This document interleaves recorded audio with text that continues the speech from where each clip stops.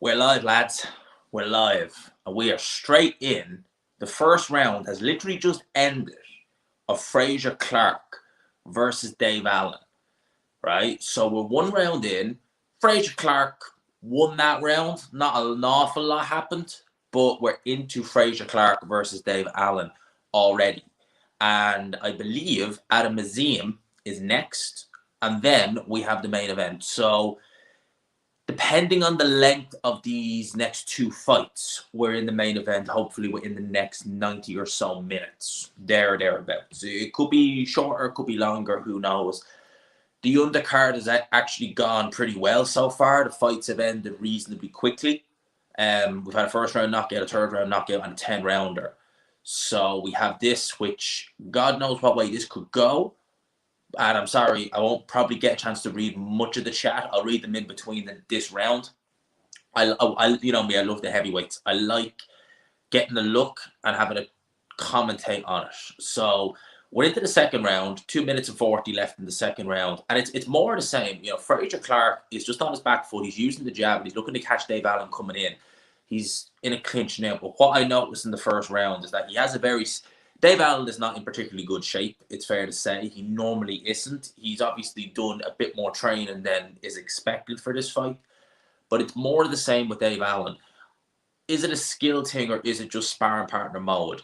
It's a bit of both. He's not letting his hands go at all, really. You know, he's really looking to just basically hope that Fraser Clark tires before him, which I doubt he pretty much will. He's trying to cut the ring off there, and he lands a little short right hand in on Fraser Clark, does Dave Allen, but there's no real weight behind any of these shots. And, you know, Dave Allen, a critique that's always been there is his lack of dedication to boxing, his lack of training when he's been given many opportunities by Eddie Hearn in the past. As well as that, he's with Jamie Moore, which is something new with Dave Allen. He's normally always been with the same team. Now, you'll remember a couple of years ago, I think it might have been before he fought David Price, he actually trained briefly with Adam Booth. And Adam Booth, by all accounts, was actually willing to take Dave Allen on. But again, Allen chose not to. And again, Allen just almost walked into an uppercut there. Why was that? Is that because maybe Dave Allen was thinking, okay, Adam Booth is training me, he's going to expect something that I can't give? You know, not in terms of physically, well, in terms of dedication and everything. He's taken a few uppercuts as Dave Allen. I'm not liking that. And again, Dave Allen is someone who's taken many beatings in his career. And Fraser Clark is finding Dave Allen with a right hand and with an uppercut as well. You know, his guard is so high. The body shot goes in from Fraser Clark as well. His guard is so high, Dave Allen, which is good in one sense. It means that the straight shots Fraser Clark is throwing, you definitely need a strong core, which Dave Allen doesn't have, but you need strong core and forearms to be able to keep the high guard consistently, because it will tire your arms out and they are taking a lot of punishment because they're taking the shots. But one thing that does is it opens you up very badly for the uppercut because you can't see that shot coming and you can dip it under the guard. And already we're seeing Fraser Clark again outworking Dave Allen, who's really not coming with much. He's not letting much go. He's not really letting his hands go. And look at that, his head's a little bit lackadaisical in the clinch, and he's just trying to find anything with the free arm to hit. He's not looking too worried or too phased in there as Dave Allen. Another uppercut goes in from Fraser Clark again. And again, Fraser Clark just trying to hit anything. You know, Fraser Clark, even if you hear him in interviews, I think he knows himself. He is not a world level operator. I mean, no disrespect to that, but he's just not. But even he knows he should be beating people like Dave Allen. Excellent to catch you live with G-Man. Yeah, I told you that would happen. Didn't I say it? Didn't I tell you Dylan Moran is no good? So I wasn't surprised at all. A big up to Reese. How are you, man? Couldn't lace my boots either. Hope you're all good. Smash the like button on the way in. If you could, 100 in the building already. G-Man, do you think Dylan Moran was unlucky? No, man, I've seen Dylan Moran before. And it's always, they kept calling him Moran. It's actually pronounced Moran. But Dylan Moran I've seen in the past. I've seen his soul lost prior to this. And he never impressed me. I was like, I'm not surprised this is going to happen. So when people were saying, you know, Jesus, like, you know, I was like, no, that didn't surprise me in the slightest. He's right, G-Man. Allen landed some decent shots. I wouldn't say decent, but he is trying. He is trying to get them shots in there. Shameful fight from the British title challenge to pull out to do this. Yeah. Like we'd all rather see Fraser Clark against Fabio Wadley, but hey, we're in this predicament. Oh, big right hand goes in from Dave Allen. You know, he's trying, to be fair. He's trying. He missed with that right hand, but at least he's trying, pushing the head down. He gets a warning from Fraser Clark. Is that blood already coming up on the eye of Dave Allen? But he's game with that right hand. He's looking to land that looping overhand right.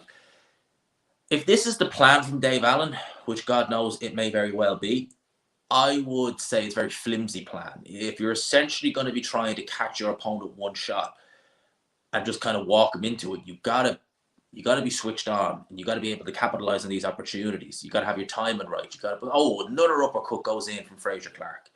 Dave Allen made a little attack there, but Fraser Clark was able to spot a little gap and sneak an uppercut in.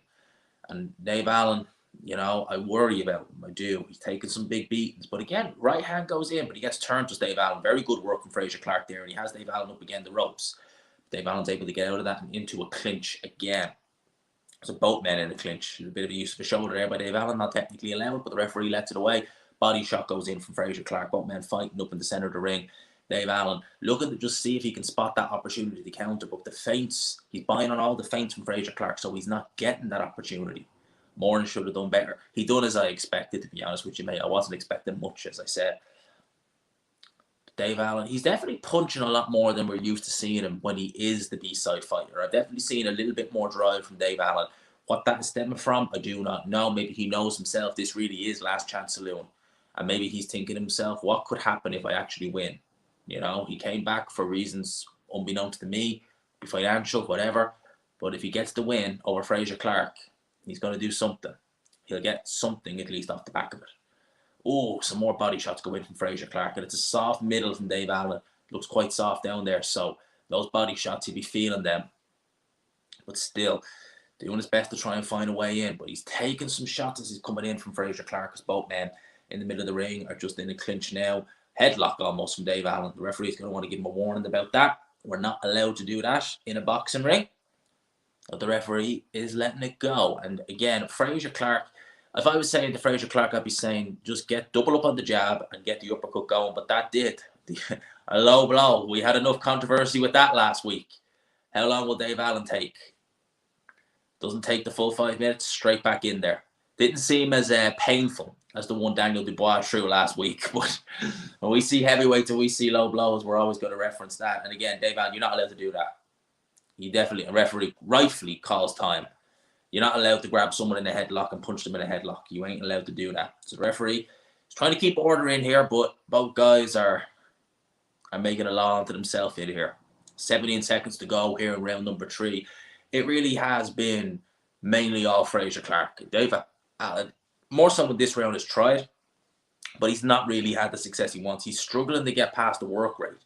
It's not even that. Fraser Clark is landing more. Even the shots he's not landing, he's making Dave Allen think, and Dave Allen is struggling to get through them. So there we go. 3 rounds in the bag. This could be a long one, lads. This could be a long one. And I've seen people in the chat saying they'd like to see Allen win. And look, may the best man win. Like, if Dave Allen wins, you see, here's the thing. Dave Allen has had his opportunities in the past, and he squandered them.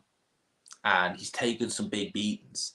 When I see that, I worry about the fighter's long-term health, to be honest. Like, he's taking uppercuts, as you see there in the replays. If you're watching the Sky card, he's taking some uppercuts as he's coming in.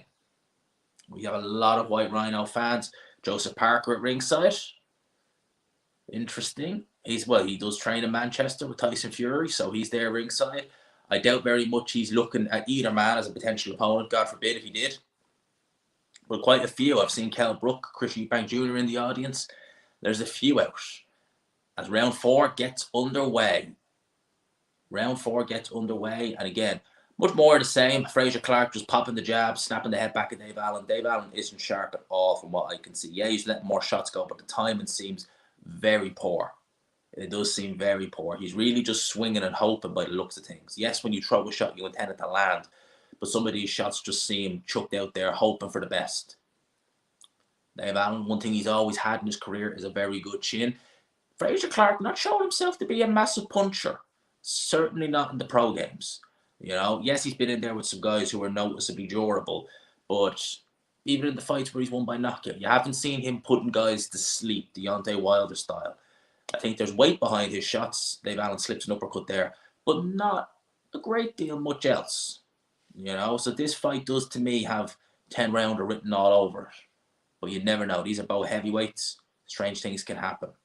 But again, the uppercut working well for Fraser Clark. And Dave Allen can't really seem to defend against that. You know, he's not taking a shellacking, but he's taken a few too many shots in here. And he's not really returned. Oh, another big uppercut. Oh, and he complains, Dave Allen, of a low blow. Referee says box on. He also took an uppercut. Fraser Clark, spurred on by that, has Dave Allen in the corner, lands a right hand. Dave Allen complained that one of those shots was low. The referee said no, box on, and he takes an uppercut off the back of that. Fraser Clark really starting to come into this fight now. I wonder, is he smelling blood? And I wonder what Jamie Moore is thinking at ringside watching this. You can spur your man on, but if he's not letting the shots go, if he's not letting the hands go, there's only so much you as a trainer can do. But Dave Allen just misses with a right hand, raises the chin of Fraser Clark. Fraser Clark is no Nick Webb. He's a lot better fighter than that.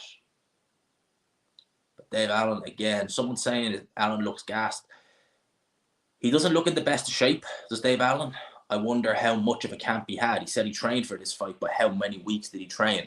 And was he in the gym prior to that? But again, looks to land a big looping right hand. Does graze the chin of Fraser Clark, but Fraser Clark doesn't seem deterred in this slightest. And he carries on, just popping the jab and flicking out the right hand, trying to land. Body shot goes in from Fraser Clark. That was legit. That was above the cuff, so no need to worry about any referee's intervention there. Both these guys are already, but Dave Allen is starting to look a little bit fatigued. Fraser Clark doesn't look too bad in there. Lands a right hand on Dave Allen. Dave Allen again misses with an uppercut. Very sloppy shots going in from Dave Allen, taking more jabs as he comes in. Uppercut again from Fraser Clark. Really having success. We come to the end here of round number 4. And both guys, Dave Allen is the worst boxer you've ever seen. I've seen a lot worse. You haven't seen Christopher Lovejoy. If you've seen that guy, come back to me and tell me Dave Allen is the worst. Go and watch Dave Fraser. Go watch Manuel Char versus Christopher Lovejoy and tell me Dave Allen is worse than that. And Dave Allen was actually meant to fight Christopher Lovejoy, believe it or not. That would have been a spectacle many years ago. Let's see this. Was it low? No, that was a right hand that just grazed the chin of Fraser Clark. I'd like to see the punch again that was thrown by Fraser Clark. Dave Allen claimed to be low. Big looping right hand, but just grazes the side of Fraser Clark's head. And if you could, smash the like button if you enjoy it. If you like the content, lads, smash the like button. Let's get over 100 likes. And if you haven't already, hit subscribe. We're only 7 subs off 12,600. So if 6 of you people in the building haven't subscribed, you like the commentary and you want to see more of this, hit subscribe. 200 of you in the building now. Look at that. So if you haven't, then Del Boy, War Chisora is there. Maybe on a scouting mission as well. Hopefully not. Hopefully that whoever he fights next, or hopefully he doesn't fight at all, to be honest with you. I'd rather see that.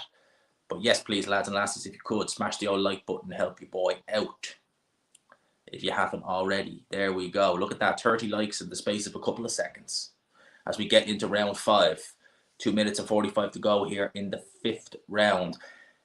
More of the same. Seen people in the chat saying Fraser Clark is average. I can see what you mean. And again, I've not done many videos on Fraser Clark's. I've never really rated him. I think he knows himself that he's not a world beater. I think he knows that, but I think he wants to get to at least somewhat of a decent level. And if you can't beat someone like Dave Allen at this point in your career or at this point in his career, there really is the possibility of you going anywhere decent is very, very low. Almost non-existent, to be honest with you. But Dave Allen has been outworked. It's fair to say. It's not like he's been completely outclassed. He's had a few moments in there, but very few. Very few. And he's looking tired in there now. We're not even halfway through this fight. We're almost halfway through, but we're not even.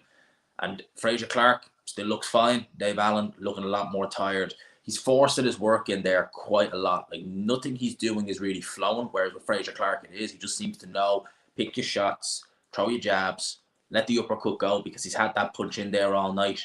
And Dave Allen just increasingly looking to land that shot. But the more this fight and the longer it goes, the less likely it seems to come about.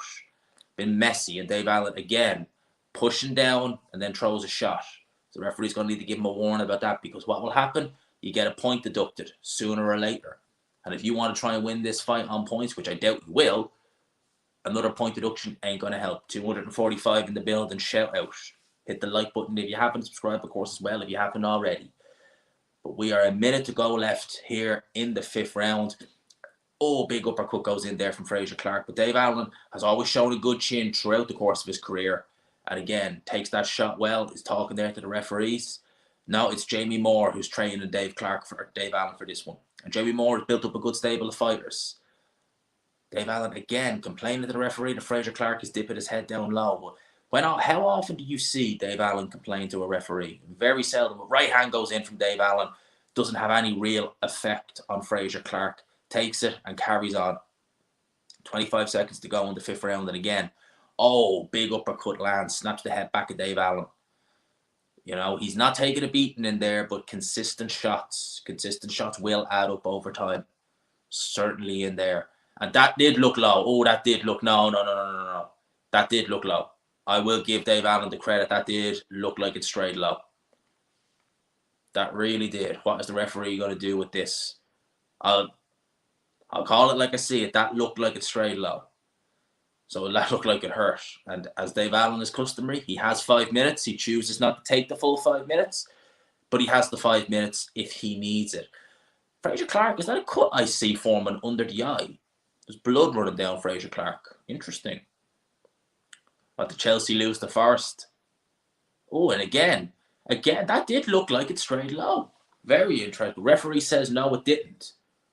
Dave Allen complaining to the referee, saying that last shot, and it did look low, I'm not going to lie. The referee is saying no, it didn't. Joseph Parker being interviewed there ringside. Interesting. How are we... Yeah, Fraser Clark, to me, is what Fraser Clark is. I'm not really seeing anything there that's going to make me think he's the next best. And, yeah. You know, Daniel Dubois of a couple of years ago, or Daniel Dubois, I seen someone say Dubois there, but Dave Allen of a couple of years ago, I would have said, all right, look, he can go. He can go the distance, but this Dave Allen, no. You should really be doing something more in there, I believe. But let's see. Let's see where some of these shots low. Again, like last week, that was right on the borderline. And Dave Allen complained to the referee instantly. Right on the borderline. Make it at what you will. Oh, another one goes in. And the referee, again, having a word. And this time, a point is taken off Fraser Clark. So Fraser Clark's the shot. Again, that foul protector is up very high on Dave Allen. It is up very high. So some of these shots... They are straying a little bit. But Fraser Clark down a point. I doubt it's going to make a great big deal of difference come the end of this fight, but you never, ever know. You never truly know. And will that spur Fraser Clark on? Will it spur Dave Allen on?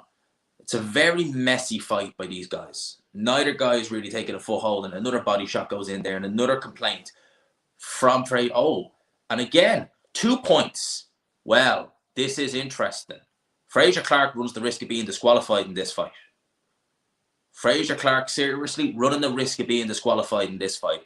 As successful as he is going to Dave Allen's body, some of these, by the referees' standards, are going low. And normally, it's 3 strikes and you're out. Normally. So we could see a situation where Fraser Clark may end up getting himself disqualified. It's normally 3 strikes and you're out. Let's see. This guy, and look, he thought about it there. And again, no, referee rules, that was fine. But you can see Fraser Clark, he pulled the hand back and he was thinking of throwing a shot to the body, but he didn't. Because he knows, all right, the referee is on my case. And Dave Allen does have that foul protector up quite high. He definitely does. So I wonder, you need to look at some of these shots really from an angle. You know, people say Usyk's foul protector was up high. This is up high. That was a perfect shot there, though. No problem there. And now Fraser Clark really working the head of Dave Allen, looking to just try and stamp his authority on this fight now because he's been docked 2 points. He's on a warning from the referee, another one, and he could be out. Oh, right hand goes in from Fraser Clark. That looked like it hurt Dave Allen, but he takes it. Perfect. This is going to be a really, really interesting one. It's getting interesting now just because of these point deductions. So Dave Allen, 2 points. This could be a 10-7 round if he wins this round. This could actually bring him back into the fight in a 10-rounder. But Fraser Clark just looking to headhunt now. He knows that the body is there, but every time he hits it, he runs the risk of potentially being disqualified. But the uppercut lands again from Fraser Clark. Really good shot selection from Fraser Clark. And Dave Allen is looking horrendous in there. He really is. It's not been a good performance at all by Dave Allen. And subscribe if you haven't already. Please do. Subscribe if you haven't already. I'd love to see the numbers go up. 300 in the building. Shout out. Oh, that did look low. What is the referee going to do here? The referee motions Dave Allen to the neutral corner. What is the referee going to do here? Is he going to call it? Or is he going to dock another point? And thank you, Jeff. Cracking commentary. Keep up the good work. Thank you for the £5, man. We're on the way to recouping the pay-per-view. I shout out, man. Shout out. We need another 20 quid and we're there, man. But I appreciate the £5 as always. Thank you so much for the super chat. I appreciate it. I really do. Referee, having a word with Fraser Clark. Having a word. Also acknowledging the fact that that foul protector is up quite high. It is up quite high. You know, so it is. Although some of those shots are straying low, some of them could be legit body shots. If Fraser Clark ends up getting himself disqualified, this will be an interesting one. You could see it in his eyes when the referee called time. He was afraid there. He was worried that that was the third strike and he was done. But there's still 40 seconds to go here in the 6th round. Fraser Clark is going to want big uppercut goes in for Fraser Clark. He's going to want to exclusively stay on the head. I know he's been trying to take some of the steam out of Dave Allen with them body shots. But God, he's running the risk if he goes down low again. And you can see it in him. He's thinking about it now. He's thinking, okay, I can't let these shots stray too low. And that's actually spurring Dave Allen on, who gets another headlock on Fraser Clark. The referee, really messy fight. Really, really messy fight. 10 seconds to go in the 6th round. A good round for Fraser Clark, but a terrible round in the same sense because he's going to lose this round. Even though, big shot goes in from Fraser Clark. Snaps Dave Allen's head back. Takes it well. And another one. A big end to the round here from Fraser Clark. Push Dave Allen back into the ropes as the round ends. Horrible round for Dave Allen. He took a beating in that round. But he has 2 points deducted from Fraser Clark. Let's have a look-see at some of these low blows. Let's see the first one. Oh, that was low. In my opinion, that did stray low. That one did. Let's look at it again. No, I think that was below the belt line. I'll give him that one. Haven't shown the second one yet. What's Jamie Moore doing? Is he pulling? And Jamie Moore, has he pulled Dave Allen out? It looks like he has. It looks like Dave Allen has been pulled out.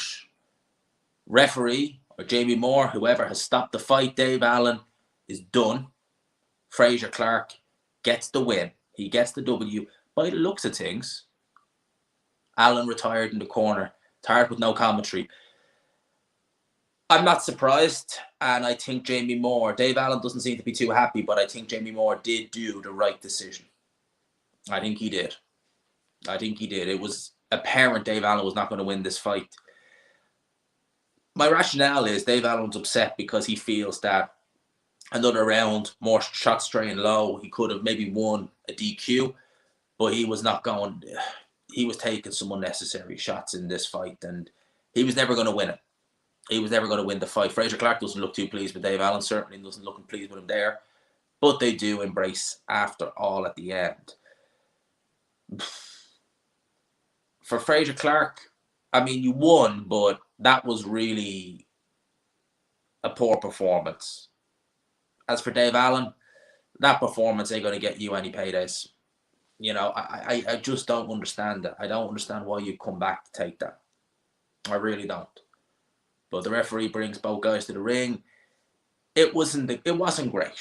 I'm not going to lie, lads. It wasn't great. But Fraser Clark at the end of that round, he did put a hurt on Dave Allen. And did Dave Allen choose to quit, or was it all Jamie Moore? It's difficult without the... All right, Jamie Moore nodding the head. Yeah. Did Fraser Clark win? He won, but it was a very messy, sloppy fight. Fraser Clark got numerous points deducted for low blows. It was a very messy fight. That's the best way I can describe it. It was a messy old fight. I mean, neither guy covered themselves in glory. I'll put it like that. Dave Allen certainly didn't, and Definitely Fraser Clark didn't. 330 in the building. If you haven't already, lads, hit subscribe. Hit the subscribe button, help your boy out. 330 in the building. We're not even a half hour into this. We've got one fight to go. Which is at a museum, and then we're into the main event. All right, so it's been a quick night. All right, so if you haven't already, please hit subscribe and hit the like button. We're 3 subs off 12,600. All right, we've been hitting 100 subs a week for the last couple of weeks. Let's go. But apparently Dave Allen broke his jaw. Dave Allen does need to retire once and for all, Jim. I agree. I mean, I've heard it so often from Dave Allen, this time it's different, I've trained hard, etc., etc., etc. No, it's been like that for years and years and years now. He's been given these opportunities, good opportunities, and he squandered them. In winnable fights sometimes. Obviously Ortiz, White, Yoka weren't, but he's fought guys like, what was that guy's name? Lenroy Thomas and people like that. He's not turned up in shape. He's ultimately lost those fights, and fights that he really should have won. And I think that, he is probably coming back for paydays. He could have had much bigger paydays if he'd made the most of some of these opportunities that were given to him. Eddie Hearn tried. And one thing I will say about Eddie Hearn, and I will say that I do respect it in a way, is that when he is invested in a fighter like he was Dave Allen, he will try even when realistically he probably shouldn't be. Some would say you're wasting your time and you could be giving those opportunities to someone else. If Eddie Hearn feels like, no, there's something there, he will try with them, and fair play. He's done that with several fighters, Lawrence Okoli as well. Whereas you've someone like a Frank Warren, if Dave Allen squandered a couple of opportunities that Warren gave to him, Warren would just feed him to whoever, or just terminate his contract. He wouldn't even bother with him. I seen that. I did see that they have reinstated the WBA regular title, and Manuel Char is now champion again. I really don't understand why they did that, but it's the WBA. Sanctioning fees got to come somewhere, and they're ordering him to face Big Farmer Miller. I mean, just imagine, people. Big Farmer could be a world champion. Well, I don't count the regular as a world title, but some do, and they'll count him as a world champion, imagine. So Big Farmer Miller is going to have a world title shot of sorts. That's just... I think he should. And, some would say that, gee, you're a bit harsh on Dave Allen. I don't like seeing people get opportunities and then squander them.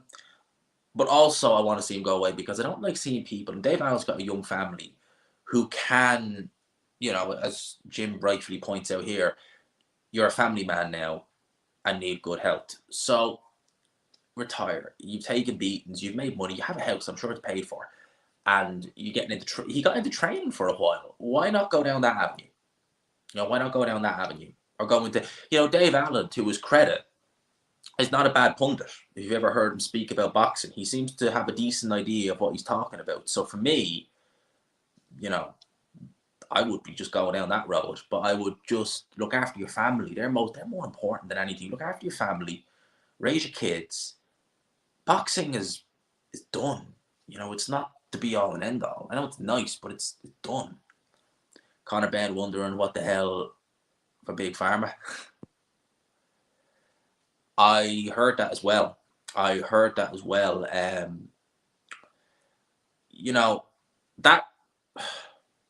it. I don't know, man. For me, that's just... I don't know. That's just a joke. I really don't know. Coming to Ireland, is Cork a good county for a black family? Cork is a very nice county. I've spent much time there. Very nice people, very accepting, very inclusive people. I couldn't sing Cork's praises more highly. It's a lovely place. Mike Perez lives there. Mike Perez, the cruiserweight, he lives in Cork.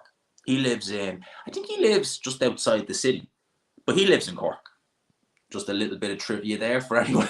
I know that's a real random, but I know that because a few people have sparred him, and He lives in Cork. I think he lives in Wilton or somewhere like that, which is just outside the town. Wilton's a lovely actually, if you're in Cork, the nicest part of Cork is Kinsale. It's gorgeous. Kinsale is just beautiful. But Cork is a lovely place. It really is. I can sing Cork's praises, definitely. But yeah, a bit of Mike Perez lives in Cork. He does, though. That's why he calls himself the Rebel, because Cork is known as the Rebel County. A bit of trivia there. So, yeah, I recommend it. It's a lovely place. It's cheaper than Dublin, a lot cheaper. When is Boatti fighting? October the 2nd, I believe. So this day month. That's going to be a good fight. That's going to be a very, very good fight. Looking forward to that. No, can't be October 2nd. It's October 7th. Sorry, apologies. Because that would mean it's a weekday. Anytime. There's a lot of Ireland I know. I've been to a lot of the counties, so I know where's nice and where's not nice. And the other thing about Ireland is some places that I don't like, some other people may like. You know, I'm one who doesn't.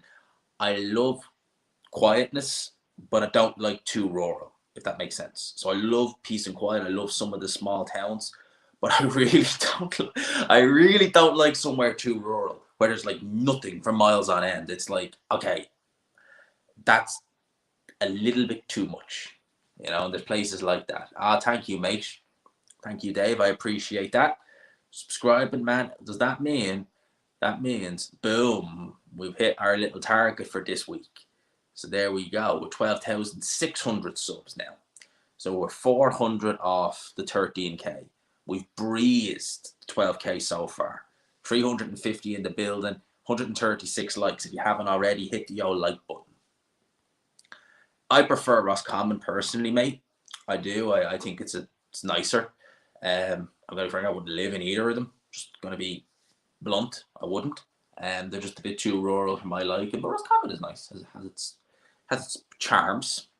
You know, if I didn't live in Dublin, like obviously I'm moving out of Ireland altogether in the next couple of months. But if someone said you have to stay, if someone gave me a house in Ireland and said like you have to live in this county, I would probably live maybe in Kerry. I like Kerry. Kerry's a lovely place. Maybe there, which is southwest Ireland. I'd probably live there. And that's probably my favourite county. My favourite. If you're talking about the Republic, if you're talking about up north, Belfast, definitely. Brilliant commentary. Enjoying this way more than the Sky commentary. Of course, man. Of course, man.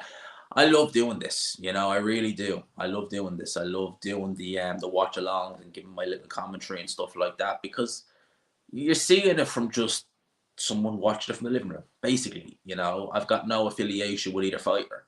I literally don't. So I'm going to call it as fair as I can. If I say it, then that's what I'm thinking.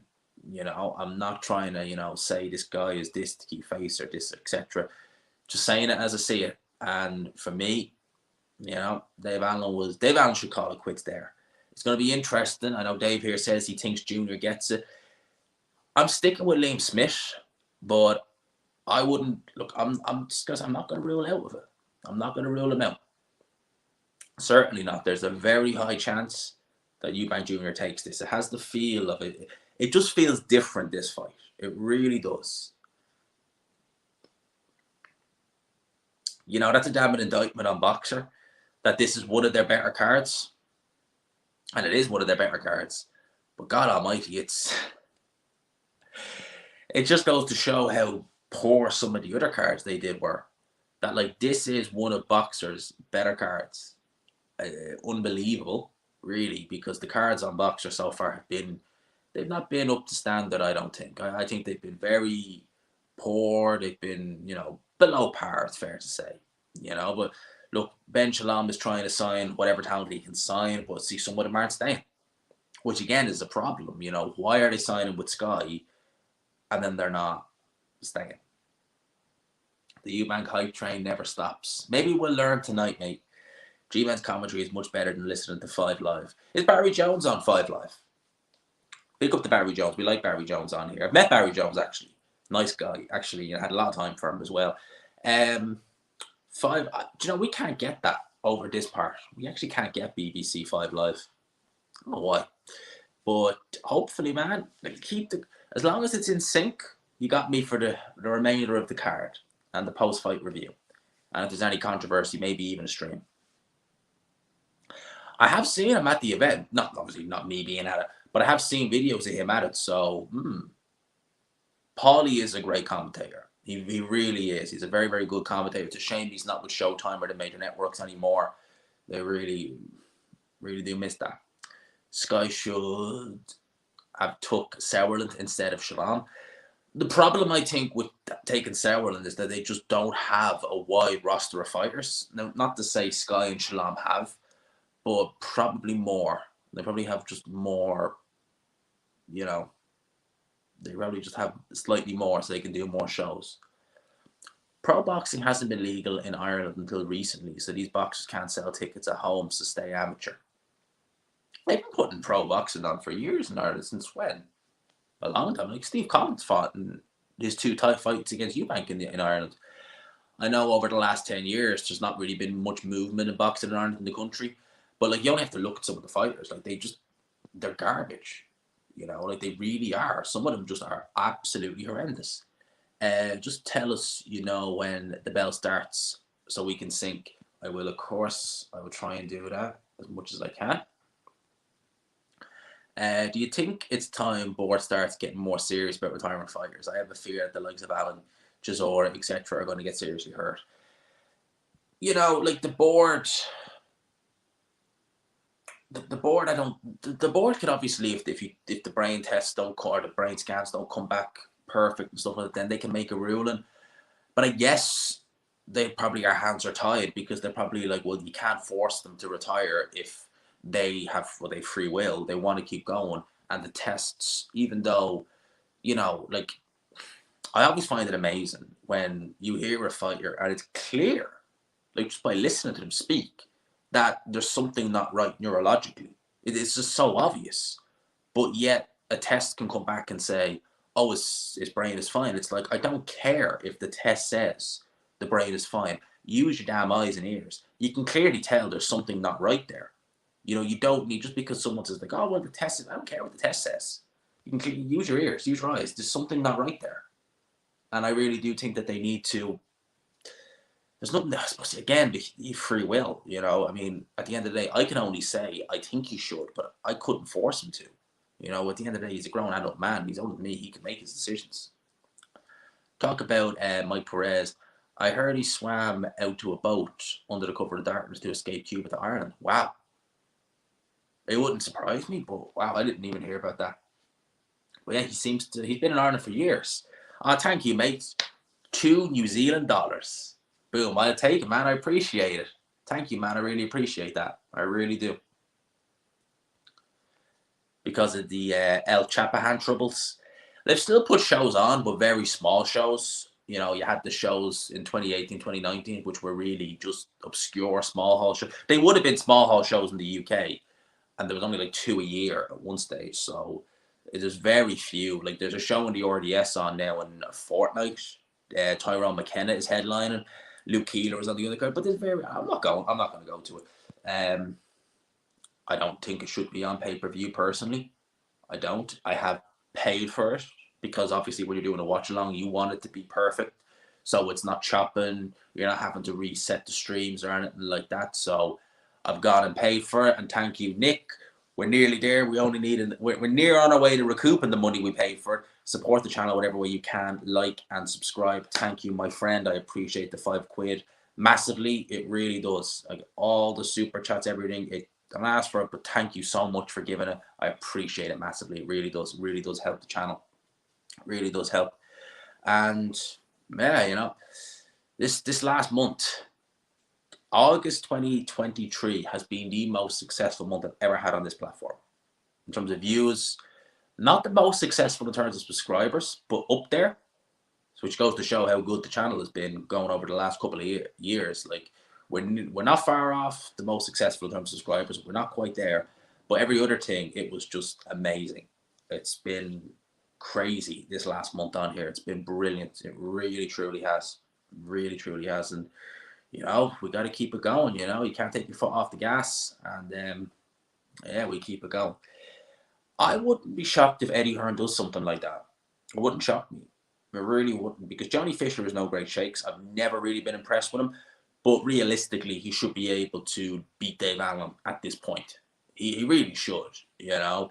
The one thing I will say that Dave Allen might want to take a little bit of comfort in is the fact that Johnny Fisher, uh, he's made mistakes as a pro, cardinal sins. And what I mean by that is that he's emptied the tank very early in fights and really needed a couple of rounds to recoup it. You could potentially work with something if that's the case. Roy just loves the Irish accent. Thanks, mate. I appreciate that. F1 question. Do I feel Ferrari should have been punished? They were never going to get punished in Monza, even if they should have been. You would be a brave man to give both Ferraris a penalty and demote them at Monza. You'd be a brave man. In terms of the qualifying, I love Monza. It's one of my favourite tracks. So, you know, I'm glad that Ferrari are on pole. I'm obviously a fan of Max Verstappen, but I'm definitely happy to see the Ferrari. I'm happy that it's competitive, this race, by the look of things, because as much as I love Verstappen, you don't always want to see him dominate. You know, this will be 10 wins in a row now if he wins. He probably will. And I like Max. I'm a big fan of Max. Big Max Verstappen fan. Adam Azim is fighting next. But you like to see a little bit of competitiveness. You know, you do. So it's Ferrari's weekend. Home race. You know, one thing about, you know, there's certain podiums you just love seeing. And Monza's one of them. You know, when Ferrari win at Monza, it's phenomenal. I got to see it during the Schumacher days, so I know what I'm talking about. And thank you, mate, for the £5. Again, much appreciated. You know, you don't have to, but thank you anyway. I'm really pleased. Thank you so much, mate. I appreciate it. 358. Let's make it 200 likes. Let's if we can, man. Let's if we can.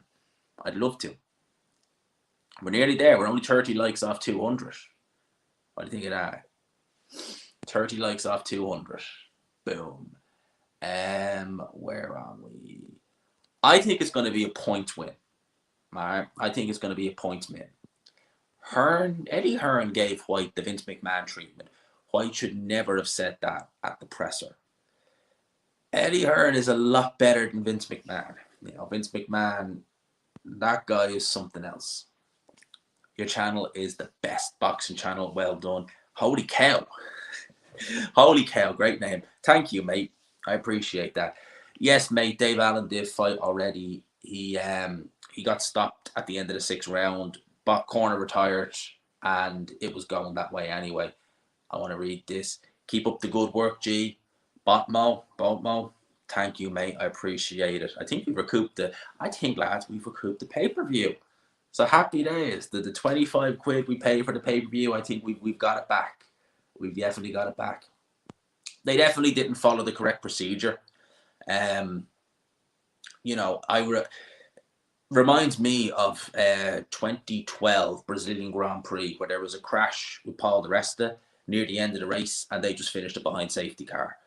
They didn't give a damn. And if it happened today, they probably would have red flagged it and done a restart in the hope that Alonso would get ahead and then win the championship.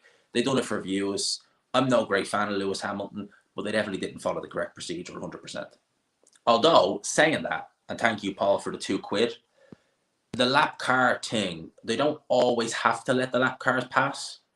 They don't always. It's a rule that's only really came in the last decade, really. If you want a bit of Formula 1 trivia, Valencia 2012, the European Grand Prix, that's the first time I recall them ever letting lap cars pass. I mean, normally never did it. Love watching your channel grow big, bro. Oh, mate, it's been a journey, man. It's been a fun journey. And we're not quite done yet. I'm hoping to get to one more event before the year is up over in the UK. And obviously it's going to be in London because it'll be a bit of a scouting mission. You know, I'm starting to get the ball rolling with the move. It's going to be, I'm excited, man. It's really starting to come real now. Like, you know, start doing things, putting things in place. And, you know, it's scary, but we'll get there. You know, what's the worst that can happen? 2 years I come home or not? Or what's the best that can happen? Things go really well and I stay in London for the next couple of years. Either way, it's going to be it's an adventure. What can I say? 25 quid pay-per-view is crazy. Stick with your commentary, G, man. Yeah, well, you see, it's 19.99, but when you do in euros, it's 25 quid. So it is what it is. It is what it is. if you covered F1, you're so good. I've thought about doing an F1 channel before, mate. I really have. I just don't know how I stand out. Like, would what I do here work? Would covering the latest news? You know, you're competing with the race and Formula World there, and they're massive channels. You know, and you know, I obviously would love to. I don't know. I've thought about doing it in the past. I really have, because I love F1, as you can tell. You know, I'll be moving in the next, probably the next 3 to 6 months, mate. 3 to 6 months, I'll be moving over to London. So the main reason is that I want to try and, like, I love going to events. I love going to boxing events. I love going and interviewing them. And I've also had, as you know, opportunities. You know, I've obviously done some work with Ade. We've done a segment that went out on the Zone's YouTube channel a couple of months ago, which was amazing. And obviously there's more opportunity there as well. So for me, it's like, I'm just sick of Ireland. At the same time, I want to move on, so to speak. I really do. And London is the place for the time being, for maybe the next year or two. And then after that, we'll see. We might go back to Ireland. We might go somewhere. We don't know. I don't know where I'll be. Like, I could go over here and something amazing could happen, and I could spend the next 3 4 years over in London. I just don't know. But all I know is I'll never know how much I can grow the channel and the opportunities that could come my way if I'm not there. They're not going to come my way in Dublin. They're just not. And even if they did, you know, they're just not going to come my way. In Ireland anyway. Love the content, mate. Keep it coming. Better stop calling Warren Fisheyes if you want credentials in London. I've got credentials from Warren before. I've got credentials from him before, and I've not been too kind. I've not been too kind to him. I've got credentials off him before. I think I'm okay. I think I'm okay because I've met a couple of members of Queensbury and I've got on with them, so hopefully he won't mind. And I think they only really scope the big channels, the really, really big ones. I think a channel like mine will probably kind of go a little bit under the radar. Although saying that, believe me, when you start seeing some of the people who watch my videos and I start finding out, like, people like True Geordie and all watch my videos, I'm like, whoa. I'm like, whoa, not expecting that. And, you know, others as well. Yeah, you never know. But I think I'm okay with that. I think I'm reasonably okay with the Warren end and stuff like that. I think we're all good there. I don't think we need to worry a great deal. But yeah, I've already applied for credentials for a fight up and coming. I'll leave it there.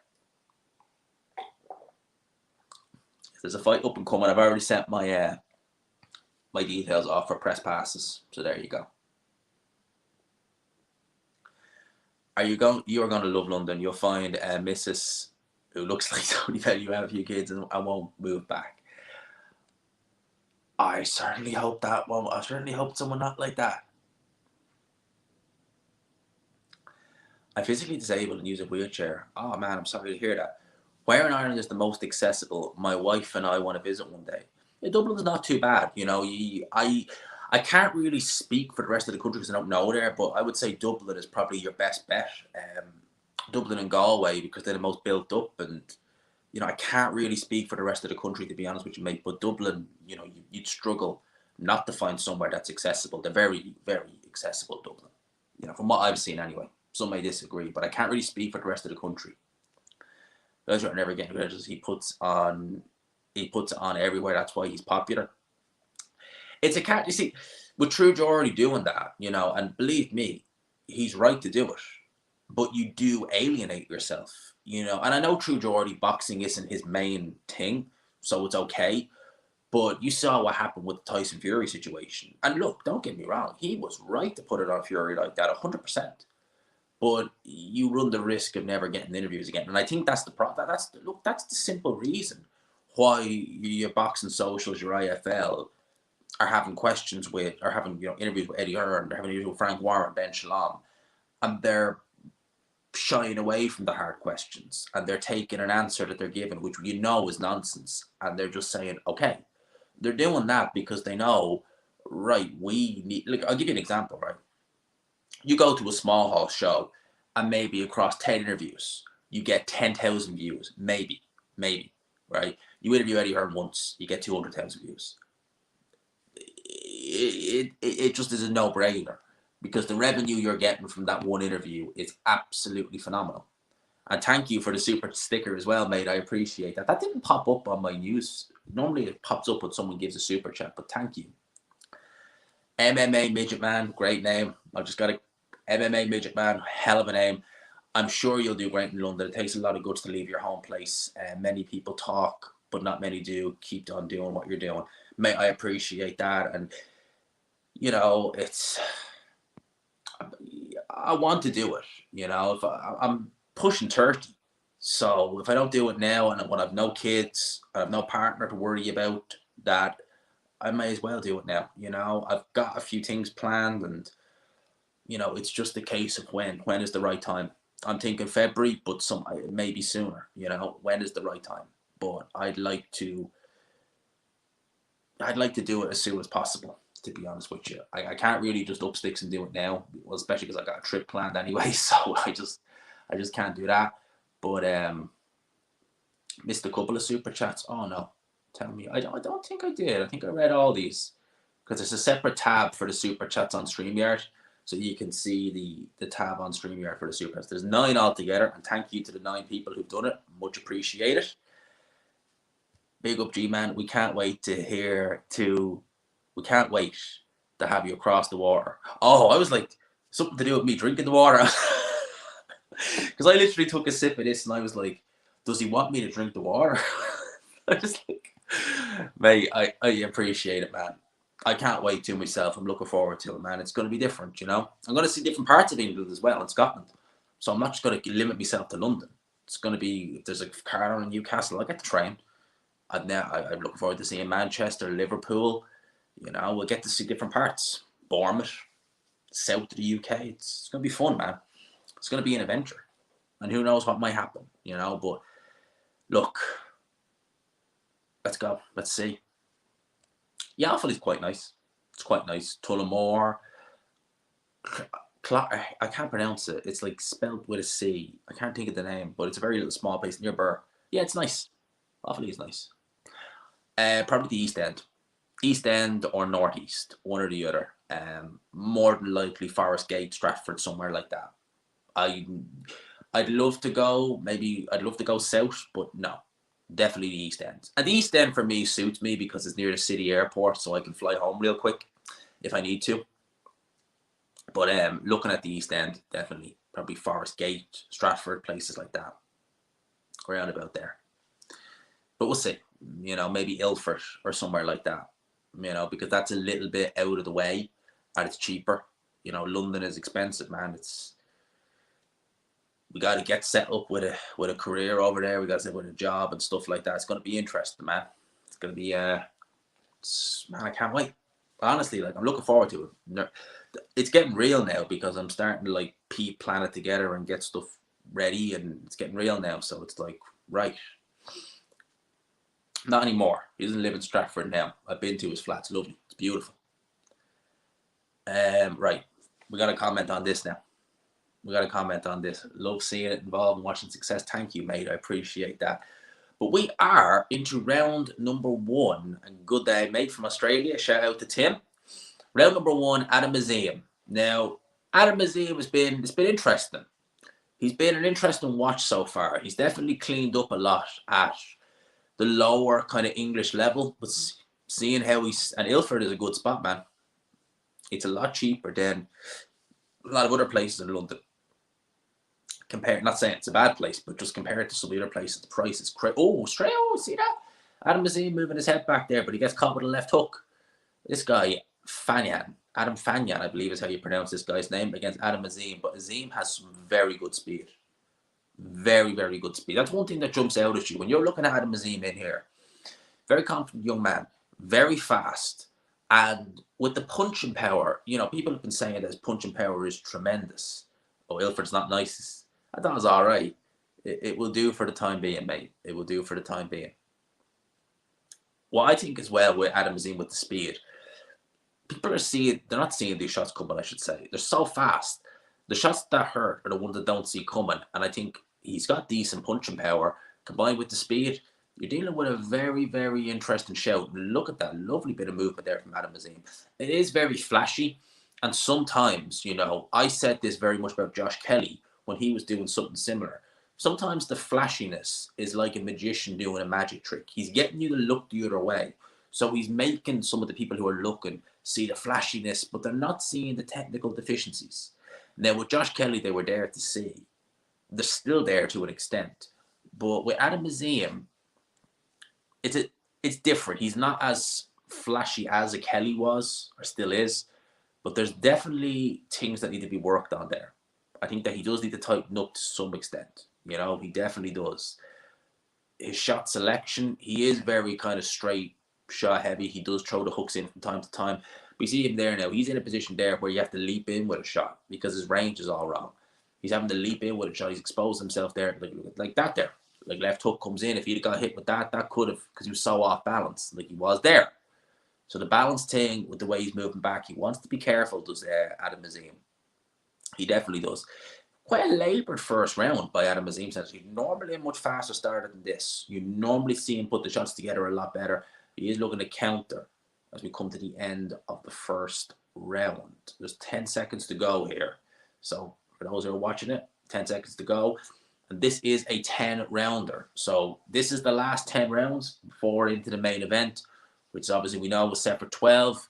Adam Museum misses with the left hook as we see out the first round. So there we go. So Adam Museum. And what's we saying there? I see Del Boy has released the video straight away. I will be eagerly awaiting to hear that. We love Blue Collar Sports TV on here. We've got a lot of respect for him. But, oh boy, he is going to pull no strings. There's going to be no punches pulled when it comes to him having to go with Dave Allen. The result was Dave Allen quit after 6 rounds. Or they retired him after 6 rounds. I've been to Forest Gate. It's not bad. It's not bad. You know, it's not bad. I like the East End of London. I don't know why I like it. I like the East End. I love Westminster, but, mate, the Channel doesn't make that much money. The Channel don't make that kind of money to live in Westminster or to live in Waterloo or places like that. No way. I like there, but I like the East End too. I love the East End. I love Stratford. It's lovely. You need a copper box. We want to come to Ireland. Ireland is a great place. It is. It's a great place. Just for me, where I am in my life, it's not the right place for me. Where I am at this stage of my life, trying to do things, it's not the right place for me. I need to be in the UK for the time being, at least for the next 2 years, more than likely, maybe more. Who knows? But we talk about that. Get to Hammersmith, you'll feel at home. Hammersmith, dear, it's in the West End, man. It's in the West End. You know, I've been to places like Hammersmith, Hyde Park. Oh, some good shots there. I love looking at the speed of some of Adam Museum's shots. I do like fast fighters. And when you can see them land a shot like that where it just comes in, it is impressive to watch. You know, from a sheer just kind of fan's point of view, just watching that, it's very interesting. He lands a right hand there. But this guy's game, he's walking through some of these shots. Yet again, it's crap in Stratford. They don't know how to pull it, that's why. You want to go into some of the Irish pubs in central London, they can do it. They can do it good. Chelsea is lovely, but it's very dear. You know, they're very expensive places. Adam Museum, I believe this is at 140. I believe that's Adam Museum's weight. And again, you know, what we're seeing here, Adam Museum is just jabbing to the body there. That what he normally is doing when he's in there with a lower level, a guy who he feels more in control with, you tend to see him look for counters a lot more, and he tends to. Well, they tend to punch as well a lot more to give Adam Museum a chance to come in with these very fast combinations. His sharpness doesn't seem quite there, but I think it's the fact that he's in there with someone who is just better than what he's normally been facing. So a lot of the shots that will be hitting those guys aren't actually hitting these guys. And, you know, it's interesting. You know, we're seeing Adam Museum actually get tested a little bit in this fight. But lands a good jab, a good fast jab there on his opponent. Fayan. I think is how I'm pronouncing the name. And again, very fast jabs. Very fast from Adam Museum. Jab up the head and body. But again, it misses with the right hand. Has to take a shot in retaliation. Adam Museum wants to be careful with some of these shots because he leaves himself very, very open to some of these shots. Very open. That's the one thing. At this level, at this stage, that's all well and good. There is going to come a time where you're going to be in there with someone who hits very hard and can time you. Timing always negates speed. He's going to want to make sure that that defense is on point, that that glove, which is a little bit low there next to his chin, which is going to open him up for a left hook, he's going to want to make sure that that is glued up there. So it's blocking that left hook before it does any damage. We've got 10 seconds to go here in the second round. Right hand goes in there from Fayan. Adam Azim made to think about things here in this fight so far, definitely. Not had it all his own way. Certainly not had it all his own way, but the second round comes to an end. Interesting so far. It's been interesting. I'm dying to hear what Dell's thoughts are on Dave Allen. It says Dave Allen is a lads. It says Dave Allen is a disgrace, a bum, a scam artist. That's the title of his post-fight review. I cannot wait to listen to that when we're done. I'll support you all the way, G-Man. Growing up through secondary school, I've had many teachers who've also moved here from both sides of Ireland. Their thick Irish accent were always distinct. Do you know what, right? Where I work now, we have a lot of people from the UK coming over, and it's always weird because it's always like they're so distinct, and I'd imagine it's going to be vice versa with me. So like when I'm over there, and if I'm in a job, and they hear like I'll be the one where it's like I'm the odd accent out. It's going to be strange, but we're all looking for that. I'm looking forward to it. I really am. Like I really just want to get over there and get settled in. You know, a new home. It's gonna be crazy, man. We'll get there. We're gonna get there. No doubts. Into the third round now, lads. Into the third round. This is going to the judges. I suspect it is. To be honest with you, I'd kind of rather it did go to the judges, not for any particular reason regards to the fighters, more so because normally on UK cards, Adam Azim was lucky there. He blocked that left hook well. Normally on UK cards, right? They tend to, what's the word? If the card ends early and they have a time for the main event, they stick with that goddamn time. They don't just speed the show up. So if this ends now, expect a good half hour before we get the actual main event. I'm serious. I moved from Cork to Wales 27 years ago. Not regretted it ever. There you go, man. No, you can't regret these things. Listen, if is a big word, but if things don't work out, it's a lesson. I can tell my kids about the year or two I spent in London, but it will. I have that feeling it will just be all good. It's just scary, the idea of being over there, you know, not as a trip for fun, just as a kind of a, right, this is my new life. But mate, we stay in the one place all. We're not meant to stay in the one place all. We're meant to do things, meant to try things, meant to see how far we can go. You know, if I wanted to just be the same old guy doing the same job in the same country, I would have stayed at a job I was in for the last 3 years. I would have stayed there, never left, and just bought a house here and lived my life. But I just don't want to do that. I want to try and do something different. You know, something that no one has done. Whoa, these guys are swinging right here in the middle. Neglecting this a bit. And this is not a bad fight. You know, both guys.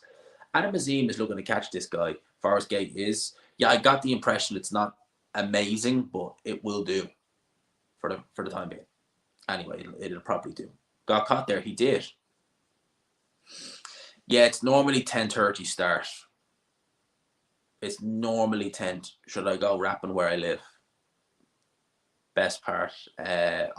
Whapping. I haven't heard of that now, to be honest with you, mate. I'll have a look, see later online. Because I've heard of a few places. Man, we're going to get there, man. I can't wait, man. Honestly, like I can't wait, man. But interesting. Again, Adam Azim getting caught there on the inside, coming in. That left hook.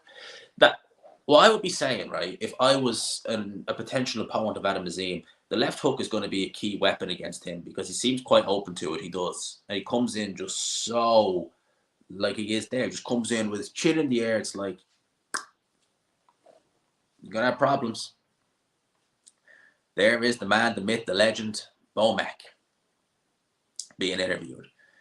Not staying at home is bad mind, but good luck to you. Your accent won't matter at all. It won't matter. It shouldn't matter. We should be good. Bomac in the building. Bomac is he is a great trainer. He does know boxing. He literally had that game plan for the Errol Spence fight for Terence Crawford down to a T. That's one thing. It might not necessarily be because I don't expect to see any difference in Eubank Jr.'s game. I really don't expect to see any difference.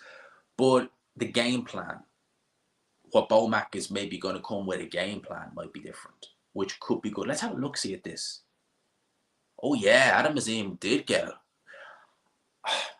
Was he rocked? Hard to say. He was turning into the shot, which does amplify it. Shout out, Manuel. How are you? It's been an interesting fight so far. Very interesting fight so far. It's not been punishing for either man, but you're looking at it and you're thinking the whole time watching it. You're like, Adam Azim.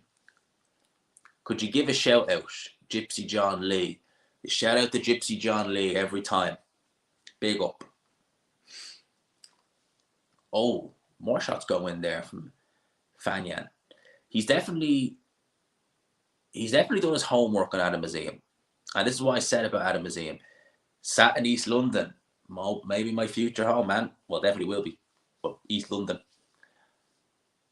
He's definitely studied Adam Azim, and he definitely can see that Adam Azim, when he comes in, he's coming in with his hands down, which, again, no disrespect to the Royal Charlatans of the world. You can do that with them. But there comes a point where you meet guys who can time you, who are a little bit better. They do different things in there, and you need to have your defense on point. You need to have your hands up. You can't just rely on the speed. You can't just rely on them coming in all flash and just look at me and then, oh, I'm caught. Which Adam Azim, he's lucky that, he's not been caught with massive shots so far, but he's been caught with a few. It's an interesting, whoa, and again, like that left hook could have spelled trouble if he got hit with it. He's pulling out just in the nick of time as Adam Azim, but he's going to want to watch himself because as the fight goes on, he will inevitably slow down. Inevitably, he is going to slow down, at which point he's going to have some problems. He's getting caught with these shots. He's going to have problems, right? And the fact as well, when you're someone like Adam Azim, right, and you're hands down flash, and you're really contorting yourself into these shots. If you say contort in and you hit, so you turn into the shot, you just got to amplify it like he did there.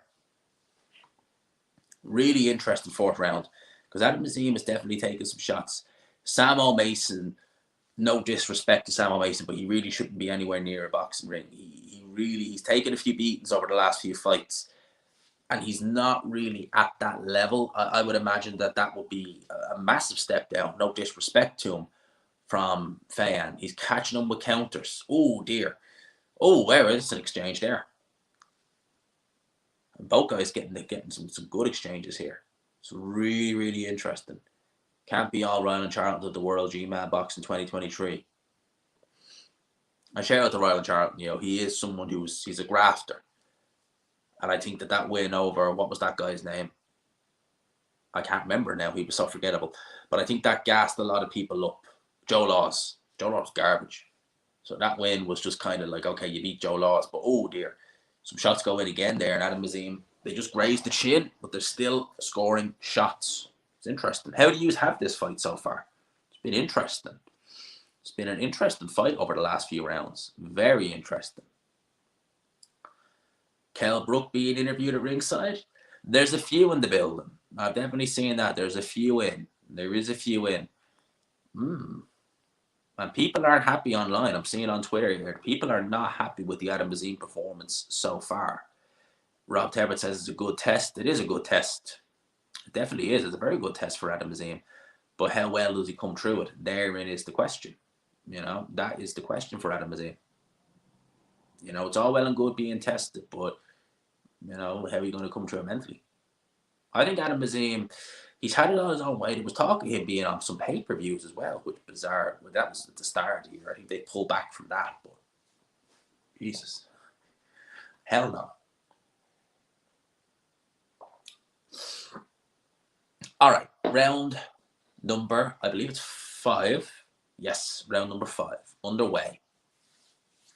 377 if you haven't already. Hit the like button and hit subscribe if you haven't already. Yeah, you probably would have Adam Azim winning it, but it's a test. He's being made thinking there. He's really being made thinking there. He really is. He's missing with a lot. Like I said, his range is very bad in there. That's one thing I've noticed, you know.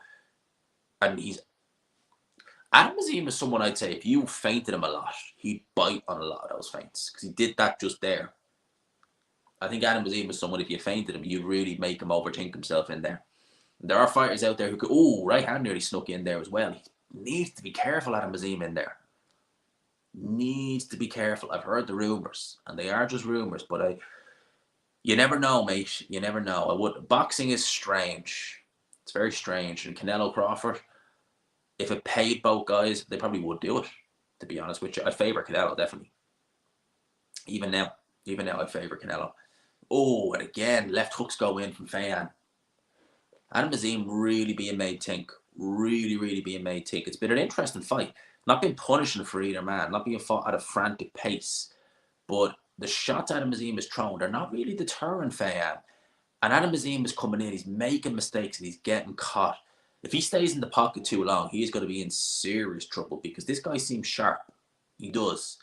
But I think Adam Azim knows that, and he's just keeping that range. You can win a fight like this with your jab. He's keeping that range with his jab. He's not stepping in too much. And whoa, thank you, my friend, for the £10. I appreciate that. G-Man, why on earth is Fury considered overwhelming favourite against Usyk?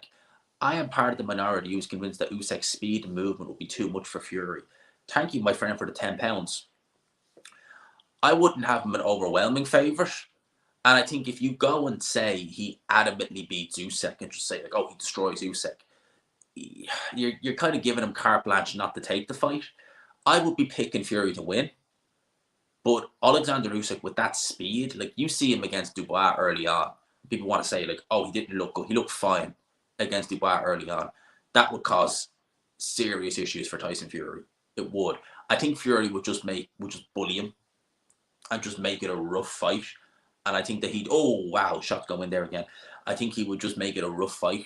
And I think ultimately he'd wear Usyk down and just win it on points. But, mate, Usyk is live. He is live, 100%. Hopefully, if it's a boring fight, my commentary is making it a little bit more lively. Hopefully, it's doing that. If it does nothing, the commentary is going to make it a little bit more lively. Because Adam Azim is missing with some of his shots to keep it in that range. And the round is about to end there. Smash the old like button. Exactly. 400 of you guys in the building. We're doing good numbers again. We're doing very good numbers again. I know it's not full of cheap flats. I know that. I know Stratford ain't full of cheap flats. I know it's expensive. I just like it there. I've been there a lot over the last couple of years. And look, we'll cross that bridge when we get to it. You know, I have a little trip planned in the next few weeks. And we'll scout a few areas out, mate. We'll scout a few areas out and see what we can do. You need to keep hydrated on these. So both guys' hands are getting wrapped. They're only getting wrapped now. So if this fight ends next round, expect probably a good half hour before. What time are we at? We're at 10 o'clock. Yeah, expect 10:30 ring walk time, I would imagine. I would imagine 10:30, roughly then. I actually was thinking of Romford, to be honest with you. I was thinking of Romford myself. It's not far from London. I think it's on the border between Essex and London as well. So here we go. Round number 6. Adam Azim keeping it at range again with the head movement. I think, and left hook just misses there by Fayan. I think what Adam Azim is realising is that when he's trying to go in, he's getting countered. When he's trying to counter the counterpunch, he's actually being countered himself. So the Sky have Adam Azim, the viewers actually have Adam Azim ahead. The only round that they've actually given to Fayan is the 3rd round. Every other round they've given to Adam Azim. And Adam Azim is the better of the two. You can see that. He's the more talented of the two. But he is being made to work for it. He's not having a plain sailing. It's not all his own way. He's not been able to really deter Fayan. He's not been able to put any real deter him at all.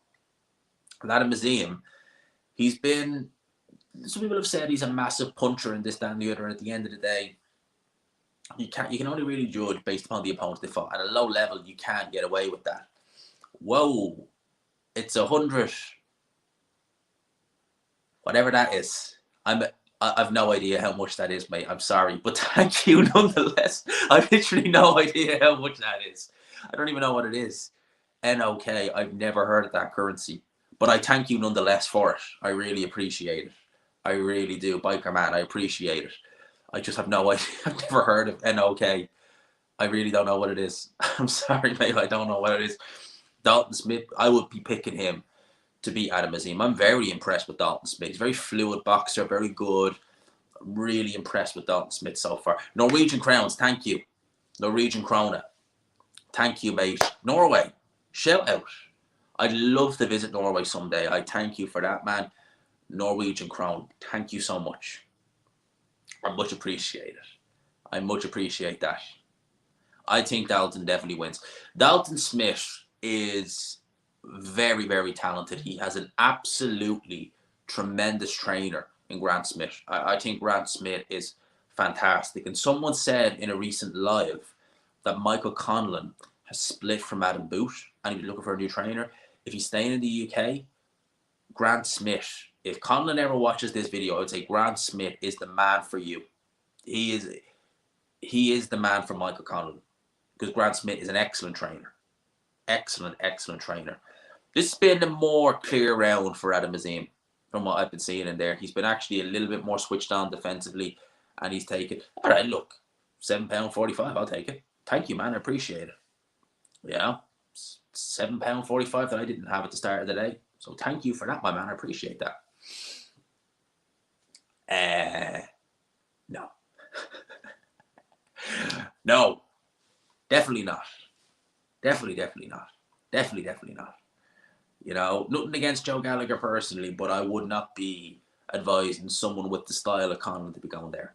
He would have much more success with someone like Grant Smith. He's got a big stable, yeah. He's doing very well. Sonny, Marku, Lerone Richards.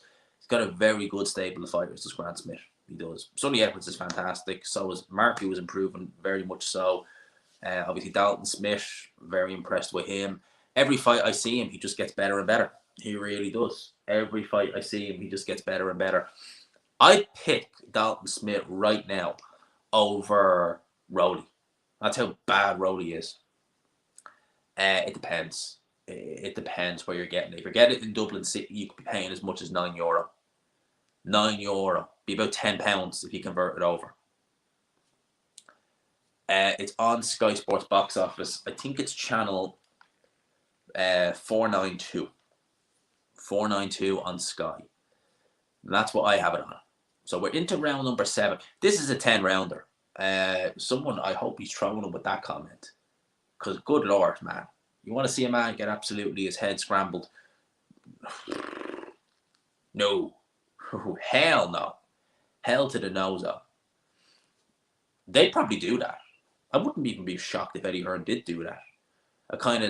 They do it as a main event. They probably do it in the OVO. They probably would actually do it in the OVO, just as a kind of goodbye to Derek Chisora and Dave Allen as the opponent. Oh, Jesus Christ. It wouldn't even shock me if they did do that. The more I think about it, like, that actually makes sense. I hope not. I hope they don't do it, but it does make a bit of sense, to be honest with you. I'm not going to lie. Get the likes of G-Man. Amazing work. Respect. Thank you, my man. Thank you. 436 in the building. Appreciate all the people locking in. Now here's the showboating from Adam Azim. The hands down showboating. Come on, man. There's a time and a place for showboating. You're in a real fight tonight now. Get back to your boxing. Great channel. Trying to donate, mate, new to this. Mate, I just appreciate you locking in. I appreciate you nonetheless. I'm glad you're enjoying it. I hope you are anyway. But Adam Azim needs to just focus on his boxing. He is the better of the two. He's better just keeping it at range. Catches him in there coming in with a right hand, so he does actually. Yes, does Adam Azim. He's just focused on that. The showboat. Look, you can showboat all well and good against lower level opponents, right? But when you're in there with someone who's giving you a real fight, you want to just make sure you're switched on. But Azim putting the pressure on now a little bit here in the 7th round.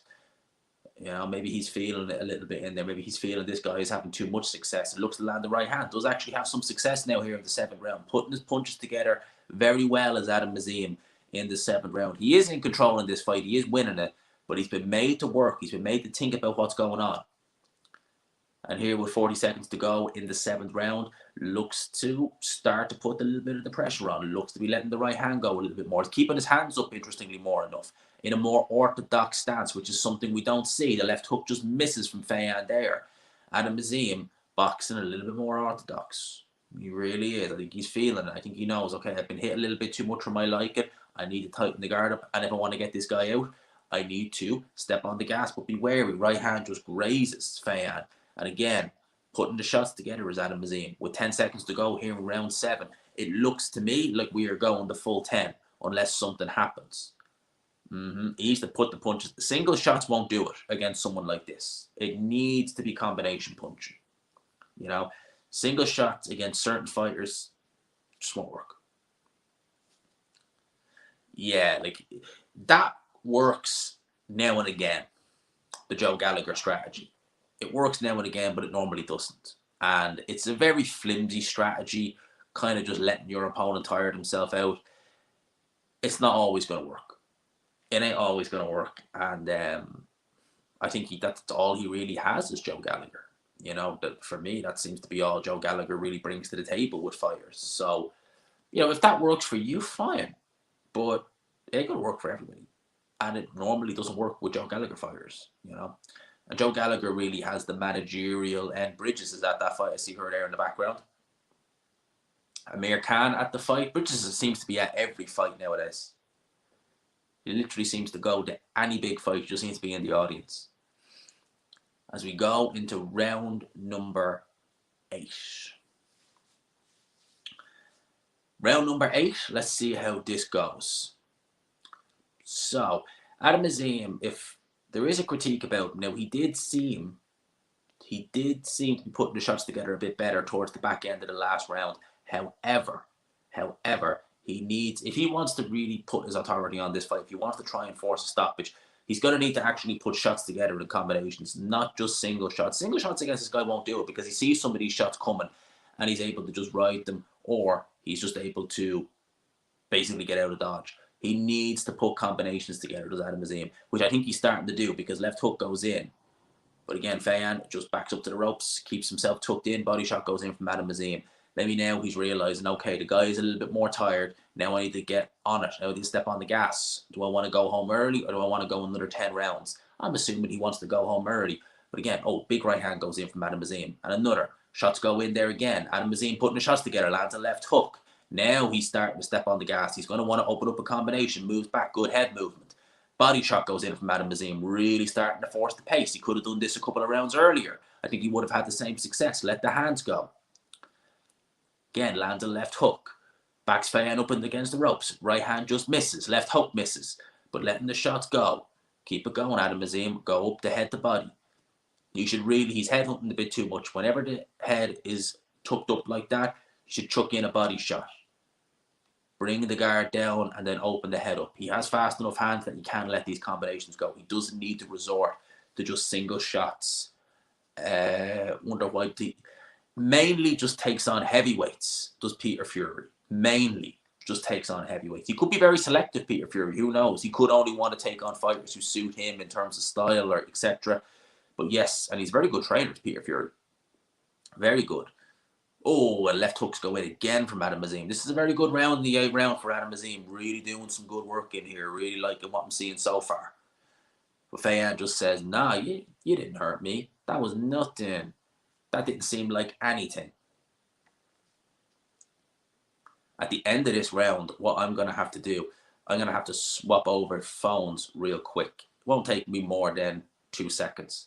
But I'll do that at the end of this round. So you might see the screen just go a little bit off for a minute or two. Actually be less than a minute. I'll be done that before this fight even comes around. And Peter Fury has mainly trained heavyweights and a few women. I think that's mainly it. He's very seldom trained anyone else. He's an interesting character, is Peter Fury. Very good trainer though. No one can take that away from him. Excellent trainer is Peter Fury. He really knows his stuff when it comes to boxing. Great boxing mind as the round comes to a close. Back in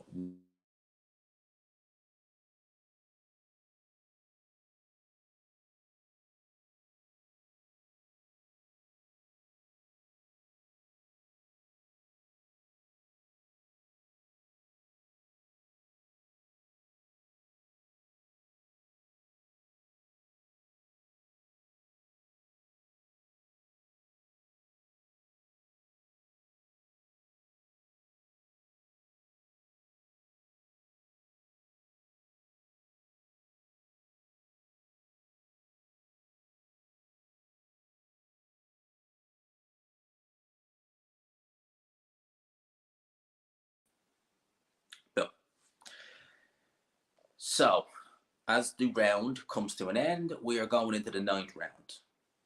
Ninth round is incoming. And again, Too Sexy says, I wasn't gone long.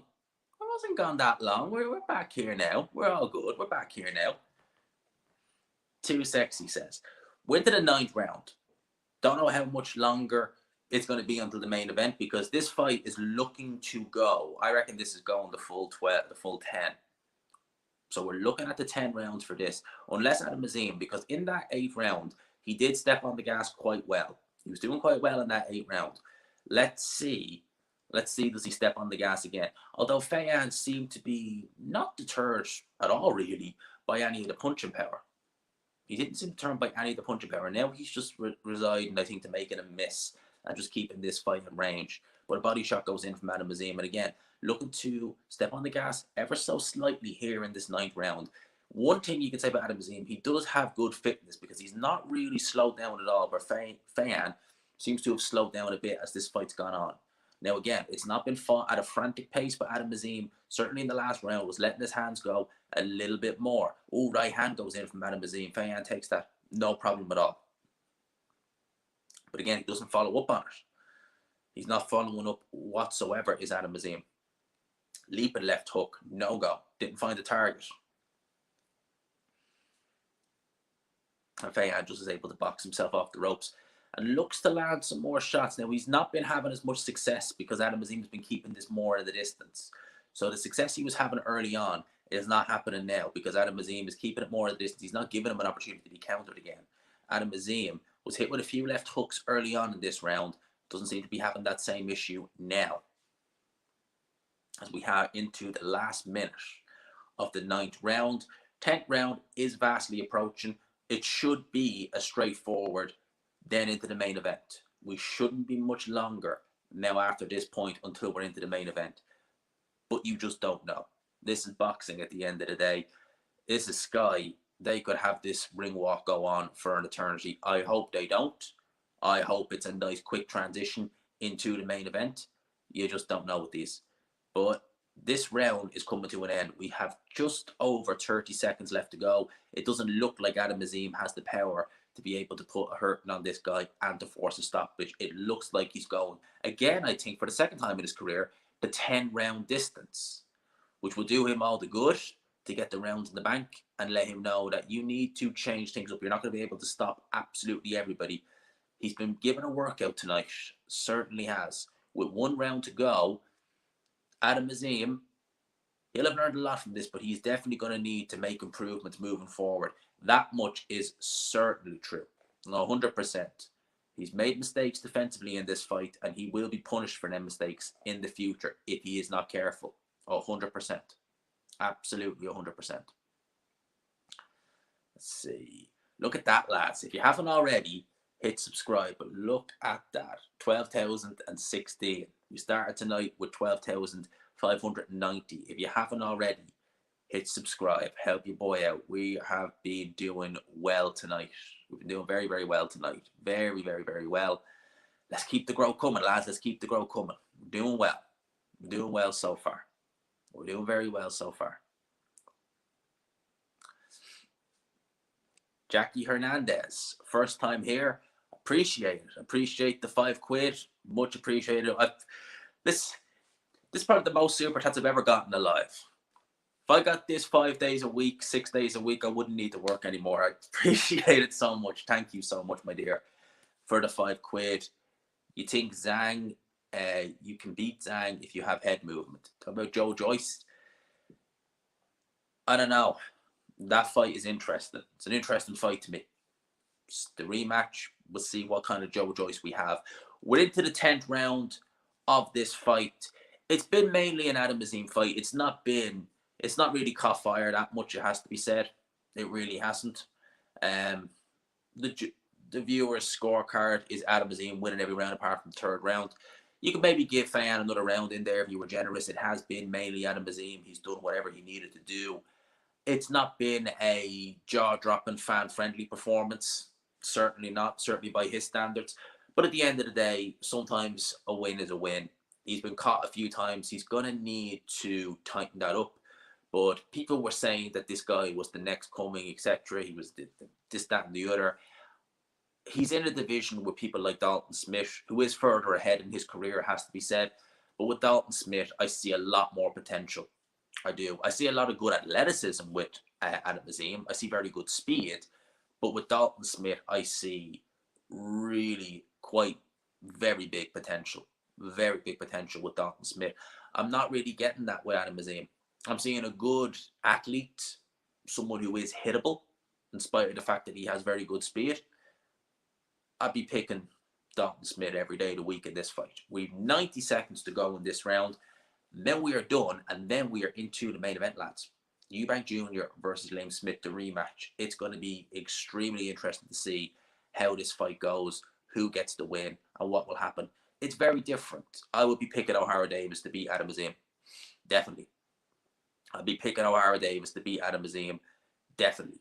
And O'Hara Davis, if he fights Rowley next, he'll be a world champion. He will be a world champion if he fights Rolly Romero next. He'll be a world champion because Rolly is the worst champion in boxing at the minute, bar none. Eubank 4-1 KO. That's a good bet. Listen, right? Eubank is live. People saying it's going to be an easy win for Liam Smith. Nah, man. I'm picking Liam Smith on points, but I really... So, Adam Azim letting some shots go there here in the last few seconds of the 10th round. We're into the last 30 seconds, and he's finally letting some shots go again. Can someone ring that bell? We want the main event to start as soon as we can. This chief support, yeah, look, Sky and the Matchroom days, they were great pay-per-views. They were. We had some great cards on back then. It's been 2 years now with Sky and Boxer, and it's not really clicked yet. It's fair to say. It hasn't really clicked yet. Maybe it never will, you know. Maybe it never will. Although saying that, Eddie Hearn was doing prize fighter shows in the early days of Sky. So you just don't know. But it certainly hasn't clicked in that way yet. As the fight ends, and we shall get an Adam Azim decision, and then we move on to the main event. Riston. Lewis Ritson ain't bad. I know he lost to O'Hara Davis, but we like Lewis Ritson. He's a cool guy. We like him. I'm seeing a lot of people in the Element group say that they don't like the Sky commentary. I like, that's why I do this. That's why I do this, so you guys don't have to listen to it. Mandel boy, Blue Collar Sport, he ain't happy with Dave Allen at all. He really ain't happy. How times have changed. You don't know what you got till it's gone. Those, man, the best pay-per-view card that Matchroom ever did, or one of the best, was Dillian White versus Joseph Parker. That pay-per-view was unbelievable. Like, even at the time, there was no, like, people saying, oh, it was okay. Everyone even said it at the time, like, that pay-per-view was phenomenal. Like, that was Matchroom. That's probably peak Matchroom and peak Sky when you had Dillian White Parker on pay-per-view. You Chisora attack him on the undercard. You had so much good stuff. That was peak Matchroom. That was peak Matchroom. So Liam Smith in the change room, followed up and joined your live down on the TV. Boom, man. Thanks, Gary. Appreciate that, mate. I've heard things about Adam Smith. I've heard why he's not there. I don't know. I don't know if they're true or not, but if they are, then goddamn, heart goes out to him. That was low. I remember that very well.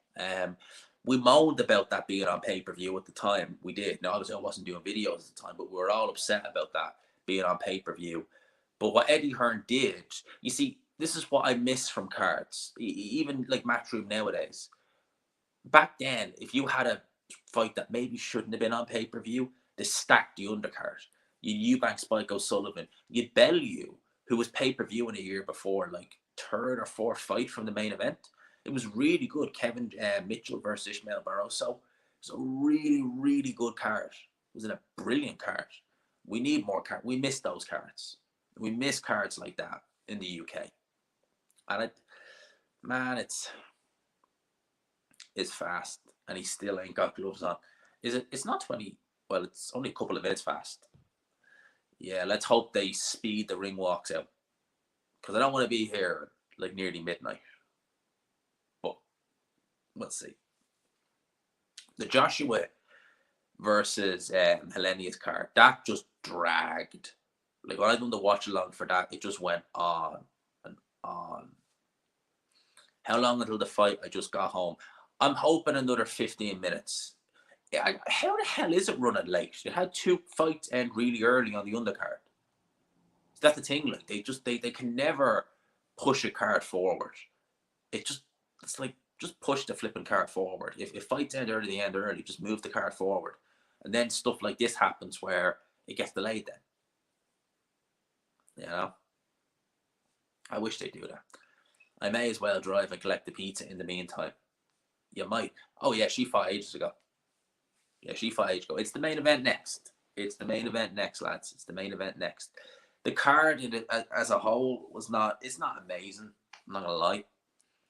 It's not amazing. The card. That Fraser Clark Dave Allen fight was just like, oh Jesus Christ. That was a tricky watch. And I'm not gonna lie. That was a tricky watch. And I'm seeing guys on here who are none too pleased with Dave Allen. Let's put it like that. They are none too pleased. To say the least, they are none too pleased with Dave Allen. What's this here? Oh my God, it's gas. But people, 426 in the building. If you haven't, please smash the like button. And if you haven't already, please hit subscribe. Help your boy out. The numbers we're doing pretty good tonight, lads. I'm not going to lie. We're doing pretty good numbers. In fact, we're doing really good numbers tonight. We're doing very good with these watch-alongs. We're doing very good tonight. Very, very good. So I'm real happy with it so far. But hopefully, the main event, it's probably take 20 minutes. I hope it doesn't. I hope they get the interviews out of the way and they just go. Just woke up in Australia. How did Dave Allen go? He got stopped at the end of the 6th round. He quit on a stool. Some were saying he had a broken jaw. I don't know about that, but it was a bad performance by both men, particularly Dave Allen. It was pretty flipping. You can quit your job now. I'd love to, man. I'd flipping love to. Oh, ho, ho, ho, ho. So I'm beating Counterpunch. Shit, man. That's good going, man. Shout out to Counterpunch. Your boy has 400 in the building. Look at that. Look at that. Look at that. Look at that. Dave Allen was in a cash and grab. It was. You're right. I'm sick of hearing it, with Dave Allen. I'm sick of the whole, this time I've trained. This time I've done this. You should be doing that every time. And you go in there and fight night, and everything you said turns out to be not true.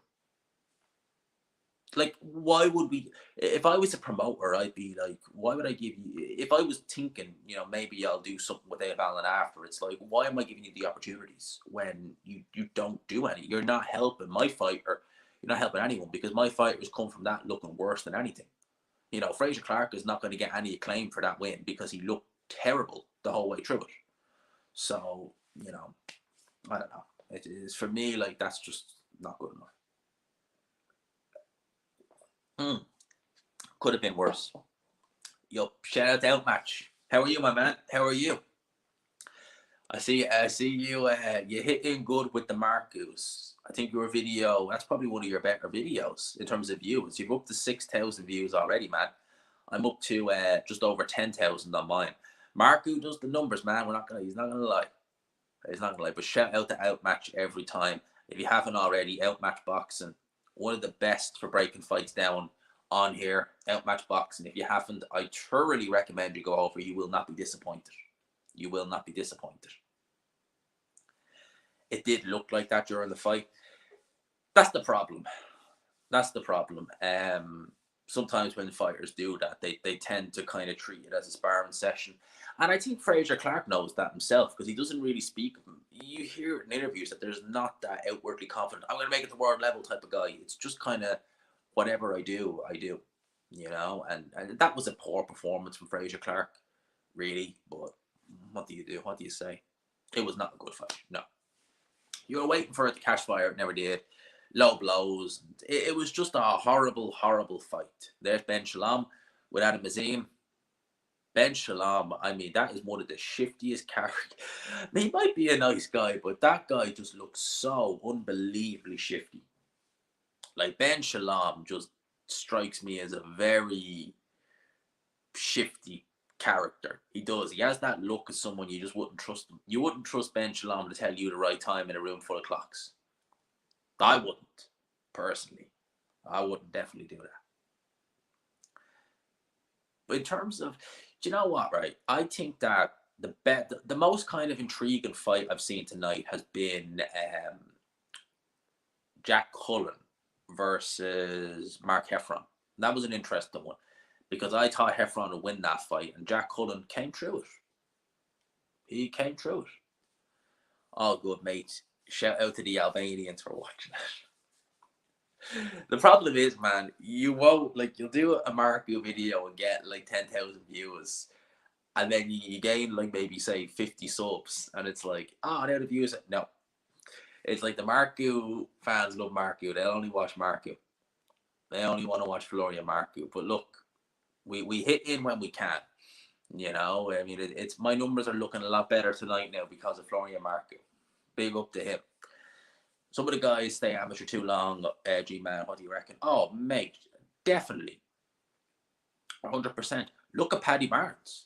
You know, Paddy Barnes should have turned pro after 2012, London 2012. He didn't. He waited until Rio and then he turned pro. He looked jaded as a pro. I know why they do it. Some of them want to get very good deals. And I think some of it, they maybe they feel there's unfinished business in the amateurs. But you have a finite window at the end of the day. You need to make hay while the sun shines. And, you know, you just got to make hay while the sun shines. Might be a delay on your stream, G-Man. The fight's already over for me. Certainly not. I've got the live, I paid for it. I've got the live pay-per-view. We're just talking about the Dave Allen fight, if that's the case. We haven't even got to the main event yet. But hang on a minute. Are they announcing? Are they actually?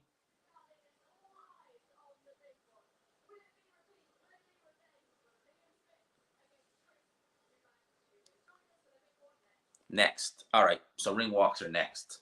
Thank God. What time is it? 10:30. God almighty. They know how to keep people waiting, don't they? They really love it.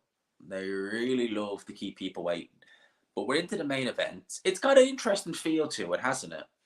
It really does. It's got a real interesting feel to it. The main event should be coming up, I'd say. Well, hopefully the ring walks aren't too long. Probably in the next 10 minutes, we'll have the guys fighting. I reckon in the next 10 minutes, 10 to 15 minutes. How was Azim? Lackluster is the best way to describe it. He got clipped a few times. Just a lackluster, run-of-the-mill performance. That's all it really was. It was just a lackluster, run-of-the-mill, there you go kind of performance, mate. You know, look, Adam Azim is impressed at lower level, but it's just a run-of-the-mill 10-rounder, you know. Smith surely to repeat. Don't see it being any different. Maybe it has something to do with the fact that, you know, Eubank knows his pretty much career is on the line. Maybe that will spur him. He'll do more. He'll put up more of a valiant. Not that he didn't in the first one, but he'll be less inclined to make mistakes. Maybe. It's going to be real interesting. 449 in the building. Like and subscribe if you haven't already, and I would appreciate it if you could take Nick's advice and do that exact same thing. I'd really appreciate it, lads. Help your boy out something massive. We've done good numbers so far tonight now. We've done really good numbers so far tonight now. We're up to 6. Look at that. We're doing good numbers tonight. Let's see if we can get that to go up a little bit more. If you haven't already, smash the like button. 12,618. So if you haven't already, please hit subscribe. Help your boy out. We get there. Eubank Jr. has been inactive 3 fights in 4 years and hasn't looked good in a long time. It's surprising that so many think he'll win. I think because he's looked so good against this style in the past, that maybe that's one of the reasons. And I guess maybe that's one of the reasons why Eubank was so confident going into this fight, that he's seen that style before and thought, I'll win, I'll do it again. It wasn't the case, and it's going to be interesting to see what he does this time. It is going to be very interesting to see what Eubank does in there, if he can do anything. There is that feeling that he might get it, but we'll have to wait and see. G-Man deserves the likes and the subs. Thank you, man. Thank you. Appreciate it. Hopefully we get them up and we get lots more, you know. We'll keep it going, man. We keep it going. We keep it going. G-Man, have you ever taken a week off and tried to do some daytime content, take advantage of other time zones and link up with some other channels abroad? I've done that. Like, I've had time off and done videos during the week, but not really linked up with others abroad. Like, if you were talking about the States, it would make more sense to do it in the evening. But like, when I've taken time off, I've been very lucky in a sense that news is broken on those days. But also, there's days I've worked from home and I've just looked in with news as well and been able to just grab the equipment and boom, video real quick. And big up to you, my mate. Big up to you, man, every single time. But yeah, like, it's been like, yeah, I think with me, like, I just try and do as much news as I can as quick as it comes out. You know, I like just getting in and just getting it, you know, done.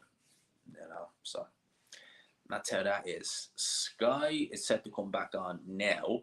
Sky box office screen on the screen now. So hopefully we are moments away from the ring walks. Now, the MEN isn't. It's funny you say that, right? Even though my channel, I correct me if I'm wrong, right? But I think my channel is bigger than BG's was ever. Because I think at the height of his, he had like 9K. But I used to like Boxing Gossip. I really did. He was very good. I miss Boxing Gossip. And it's weird because, like, he ended his channel just like a couple of months before I started mine. So it's like one left and another came. I miss Boxing Gossip, I have to say. I liked him. Tom was his name. Well, he's still alive, I would assume. But we missed Boxing Gossip. We liked him.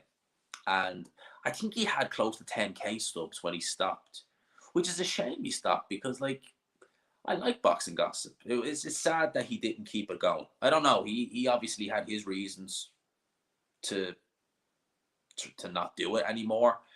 I don't know what they were. He's not been in. He's not even stayed on Twitter or anything since then. He's just gone completely. But he obviously had his reasons, and yeah, we miss Boxing Gossip. We do. The Irish fella on there knew his stuff. It's sad. Like, I like the podcast they used to do. He was good. I disagreed with him on a lot of things. A lot. There was a lot of things I disagreed with Boxing Gossip about. But I liked his content. I liked his style. He had his opinion. I had mine. But we never, like, obviously we didn't talk or anything like that. But, like, I never stopped listening to him because I didn't agree with this or I didn't agree with that. I like listening to him. He was very good. It's a shame. I miss it. I do. We miss Boxing Gossip. I used to tune in the Wednesday podcast. I miss it. I really do. Oh, thank you. I clicked on that, man. Appreciate the $7.99 Australian, I believe it is. Thank you, Australian dollars. You mean Wingy? I didn't really see. Wingy was gone before. They're doing the face off now for Boatsi and Danazias. I didn't really do much. I haven't really seen much of Wingy. If you continue to do this weekly, you'll get 1K views in the watch along. Oh man, that's the dream. 1K views in the watch along. That'd be something else. That would be something else. But yeah, with BG, we definitely miss him.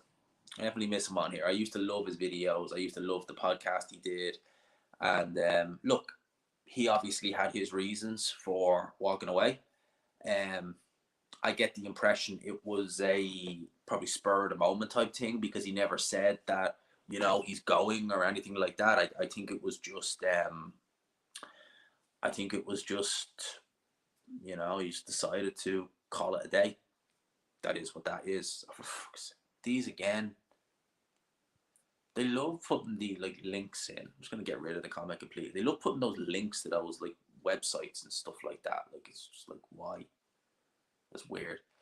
Is it true Wingy closed his channel down due to Ty and Boo? Yeah, I'm pretty sure. I think he got picked up by IFL. I think Wingy, because I know he was interviewing for IFL for a while, and I wish they just speed this face up, these face off up, because we just want to get into the main event now. And I remember like something to do with Tyen Boot was saying he wasn't doing well, the S word, and yeah, wouldn't he just called it? And I don't think he's ever come back since then, which is weird. I don't really like Tyen Boot is a troll. That's what he does. I just paid for it, to be honest with you, mate. I literally just paid for it. So, is it decent? Yeah, it's decent because it's just boom, man. Thanks for the 10 quid, man. 10 euros. 10 euros, man. G-Man prediction of Smith Eubank. I'm still going with Liam Smith to win this fight on points. Now, I'm still picking Liam Smith. Win it on points. Probably UD. Might get dropped. He might drop Eubank Jr., but I'm going with Liam Smith on points. And the only thing I'm thinking of here is, why are they keeping it so goddamn long? I mean, this fight is just like, why? Why are we still sat here? Why are we still waiting? I mean, it's bizarre to me. I hate it when they do that, because they've had 3 fights end early on the undercard, and somehow we're way behind schedule. It's just absolute like that. Like, Sky need to start that out. Like, they really do. Like, you had 3 fights on the undercard end early, but somehow we're still behind schedule. That's just BS right there. It shouldn't be happening. Like, they can preview the fight all they want. We just want to watch the fight. That's the thing. There has been. And, like, this is a problem that they need to address. Like, they shouldn't be taking this much time between. Like, they need to factor in fights are going to end early. And they need to factor it in. So we're now closer to 11 o'clock. And we've still, and like, it's not nice for like the fans, I'd say, there, who are like sitting there nearly 11 o'clock. It'd be after midnight. Again, they get out. My legs are so stiff sitting like this. And yeah, it's just not nice when you're having to wait like that. Look, we will persevere. We'll persevere. We'll soldier on. Got 460 of you guys in the building. You keep us all entertained. A lot of people miss their trains home. That's it. Like, I think that if they, like, do you remember when they did the World Boxing Super Series? Remember that? Where they said, if no matter what, the main event starts at 10 o'clock. That was it. The main event starts 10 o'clock. And that was it. So, for me, it was just like, right, Grant, there's always going to be a 10 o'clock start. And that's just the way it was. And yeah. That they should, like, that's Sky, though. Sky are what Sky are. I wouldn't say most people are asleep at this time, but I'd say most people are just like, we want to watch the fight. And, it's just annoying when they do this, when they take loads of gaps in between fights, and then all of a sudden the card's gone way longer than it needs to be. And people are like, God damn. And I know with AJ and Ting, and thank you so much for that, Foxy. Appreciate that. Or Fozzy. Appreciate that. Like, there you go. Like, that's ridiculous. Like, so there's going to be an absolute job trying to get out of there. And I know I've never been to Tottenham Hotspur Stadium, but I know people told me that it's not the easiest to get in and out of. I'm not sure the venues have curfews, but leave it. Like, that's the thing. Like, Sky have really cocked up with this again. Just having these long, unnecessary fights. You know what I mean? You know what I mean by that? And long gaps between fights. It's just stupid. Like, I mean, Liam Smith is warming up there, for God's sake. I don't know, man. I don't know. I gotta go with safety first, and it would be Liam Smith by repeat. I gotta go with safety first, man. Like, it's pretty crazy that it's nearly 20 minutes to 11. We don't even have the ring walks, and he's having to literally get warmed up now. It's like, why? Like, it's just crazy. But I think we're getting close to it, man. I think we're getting reasonably close to it. I think so. I think Eubank will have his entrance, and then and there shouldn't be any reason to do national anthems. I wouldn't imagine they do it this time. They did it for Usyk versus Dubois, didn't they? Unlikely, I'd say, that we'll get the draw, but you never know. Unlikely, but I'd say we'll get the draw. Wonder what Twitter is like with the weight, because this has been a grind waiting. It's been ages now, because this has just been like learning on the job. Oh, stop, man. Never mind that Alan quit. Hallelujah. I'm just seeing people say this. It's mad. Oh, got that there. I want to read that. AJ is going to absolutely school and subsequently sleep that lanky, one-dimensional Wilder. And that's from WM Boxing, who thinks AJ is going to beat Deontay Wilder. School him. Right? Some major statements. It's big statements. Some people would disagree. Well, we hopefully will get the fight made, man, and we can see. Because we haven't heard any announcement yet. And we want to hear an announcement pretty damn quick on that, because it's a good fight. It's a fight we all want to see, man. We definitely all want to see it. I certainly want to see it. Oh, man. I thought, like, I got rid of this guy. Like, how do you... I don't want to bring that up. Okay, there we go. I swear to God, like, I don't know why somebody is popping the chats with some of those things. Let's make it 400 likes. Yes, let's do that, man. Let's make it 400 big likes. So we're not far off that, I don't think. We ain't far off it, I don't think. How many are we on now? 318. Boom. So if you haven't already, hit the old like button. You haven't already, hit the like button. 318 likes. That's pretty good going. We are doing pretty damn well. I think we are near the ring walk. I think the ring walk is coming up now. Hang on a second. No. Thought it was coming up there. Oh, lads. The weight we soldier on. Okay. Tail of the tape, which we've already gone through, but they have the tail of the tape on here now. So I imagine we're getting there. We're getting there, lads. We're getting there. We've done well tonight, though. I can't complain. We've done well. They're not walking out quite yet. You see Dave Allen's post on Instagram. I haven't, but I will have a look now. Is it something that I don't follow on Instagram, but we'll have a look. Let's see. Dave Allen. White right. Let's see.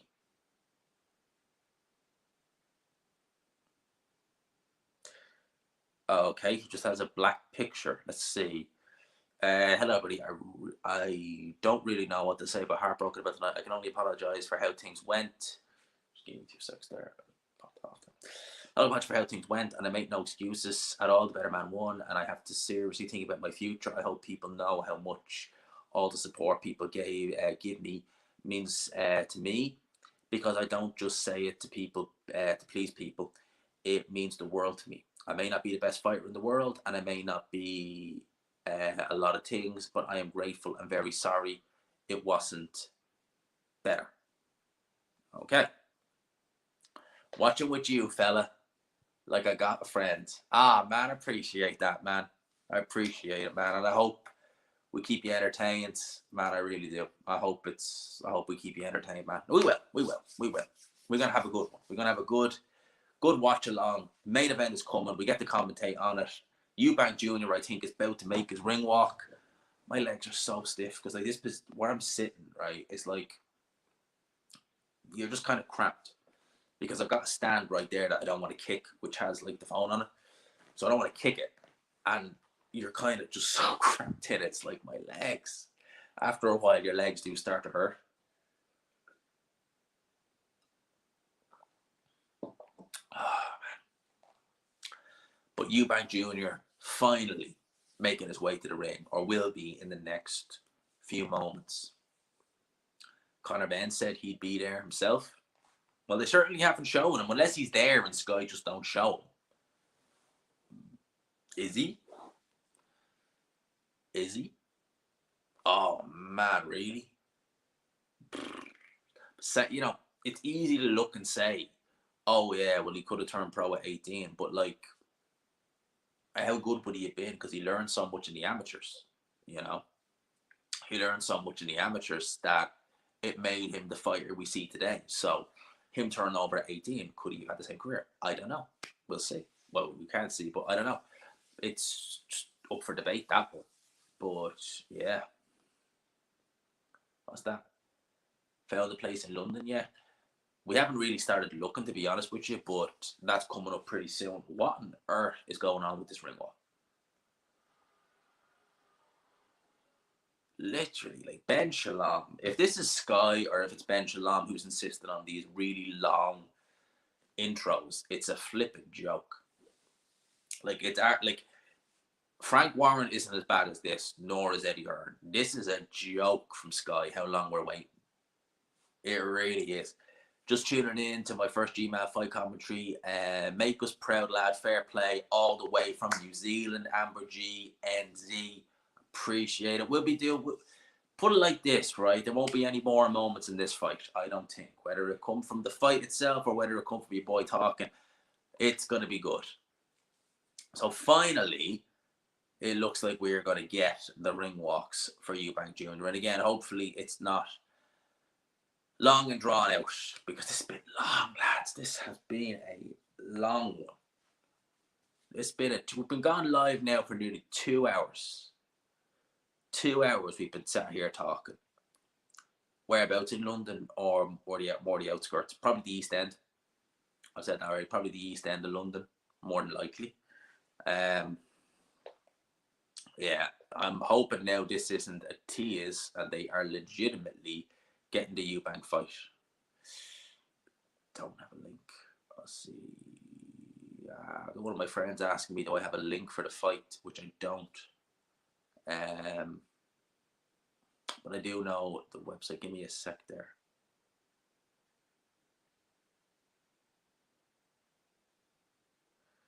Bear with me. There we go. So I have to. You got to help one of my old mates out. He's looking for the fight. I don't have it, but I know certain sites where you may get it. So there you go. There you go. There you go. There you go. But finally, we are getting you. I'm probably going to have to change phones again. That's how long this is drawn out. Like literally, I am probably going to have to swap these over at some point during this show. Because watch along in sunny Crete. There you go, man. Kinchin Town. Kiddish Town. I'll have to have a look at that. What's the site called? VIP Box. VIP Box. Now, I'm not using that. But if I wasn't doing a watch along, I'd 100% be using that to watch this fight. 100%. Going to hit 500 likes. Oh, please, man. We're nearly there, man. We've got 487 of you guys in the building. So, man, we getting the numbers tonight. The numbers are going well tonight, man. We're doing good. We got some good numbers tonight. We got some good numbers. I wonder what the real-time view count is while we're here. 21,000 views so far just today across the channel. Doing pretty good, aren't we? It's all right there, isn't it? It's all right. Walked out jacket is actually quality, can't lie. Yeah, it's a nice jacket. I'll give him that. It's actually quite nice. I'll give him all that. He looks focused, Eubank. He normally always does, but I think he knows deep down that this is make or break this fight. Because it is. Like, I mean, if he loses this, where does he really go? It is better, that site you have there. It is. KBBK. It is a better site, but they crack down more on that. It's such a good site, though. Like, it is. Like, that one has no real lag or anything. It's a much more consistent site than the one I talked about. Because that other one I thought is pretty. It does the job. You know, it just does the job. But yeah, crack is brilliant. Crack's brilliant now. Not actual crack, obviously. But that one you mentioned is brilliant. I would imagine they won't take that long. I would imagine that they wouldn't take that long. Because look, it's not a long walk from where they are, so hopefully Liam Smith's is nice and fast, and then they announce them in the ring, no national anthems, and then we go. Then we go. Please, I'm hoping. Because we could be looking at a potential 3 hour stream. We're looking at a potential 3 hour stream. If it goes 12 rounds, then yeah, we could be looking at that, you know. And 3 hours is the limit you want for one of these. You don't want any more than that. You want to keep it in around the kind of 2 to 3 hour mark. You don't want to be going over that. And it's not good for the storage either on StreamYard. It doesn't like that. So, Eubank Jr. in the ring right now. All right. Eubank in the ring. And if we need to swap over phones again, possibly, because Sky have just completely lost the run of themselves with having late main events again, we can do that. We have plenty of life in this. So this is gonna be good. I'm looking forward to this, man. It's gonna be a good one. I know Outmatch still thinks Eubank to win on points. Bomac definitely. At least he used the box. Dan Raphael is just, yeah. We know what Dan Raphael is. The man loves pizza, as Frank Warren said. The only integral part of you is pizza. That's what Frank Warren said. Yeah, Ben Shalom is he looks shifty. There's no other way you can describe it. Ben Shalom is someone you really wouldn't, you know. Ben Shalom is what Ben Shalom is. He's a shifty guy. He certainly looks it anyway. But proper shifty at times. But we're getting Liam Smith, getting ready for his ring walk. So hopefully we're good to go in the next 5 minutes. Because I really want to see this fight. And we are all getting, like, again, I'm just going to say again, Sky really dropped the ball with this. They shouldn't have let it go on so long. You know? I don't understand why they would keep everyone waiting. And then, obviously, it's going to be mayhem leaving the MEN. Because trades aren't going to... It's just stupid. Like, why Sky do that is beyond me. It just makes no sense. But, you know, what can you do? Boxing is more exciting with a Eubank win than if Liam Smith wins, to be honest. Some would argue that. Some would definitely argue that. But Liam Smith making his ring walk now, thank God. And then we're into the fight, lads. And then we are into the fight. Ben the Slong. Well, it's actually not a bad one. I'll give you that one. Ben the Slong. But lads, finally, we are good to go. When he said that he'd be on until 12, now it looks likely. Mate, I just don't get it. Like, you know, I just to keep, you know, flogging a dead horse. Like, it's like, why let everything go on so long? Why can't you just run to a schedule and get it done for 10 instead of all this? Because it's just so tedious having to just wait. G-Man wants to see Eubank get sparked again. I'm convinced Liam Smith's going to win. That's my pick. But I can't shake a feeling that Eubank's going to pull it. That Eubank's going to pull it off. And I really don't care who wins, to be honest with you. You know, with Liam Smith, he's having a good twilight to the end of his career. He's making some nice money. He might get another world title shot with Eubank.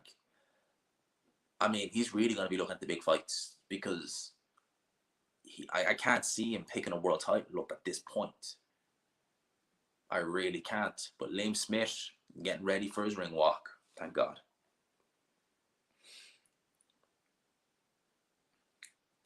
But yeah, it looks like we're having a midnight end.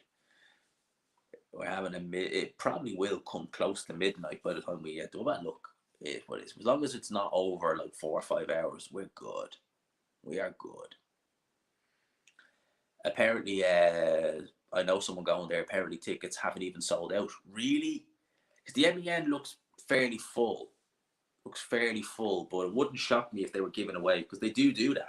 If it's not sold out, they'll give tickets away at the, you know, then and there. I know, yeah. Is this seriously box office? They need to drag it out. How else is Anna Woolhouse or whoever going to get it? That's the thing. Eddie Hearn to their credit and Frank Warren to a lesser extent, if they just get on with it, they just tend to just get on with it and move the show on. Sky have just been dreadful tonight. They really have. They've really been dreadful of Sky tonight. But Liam Smith finally making his ring walk.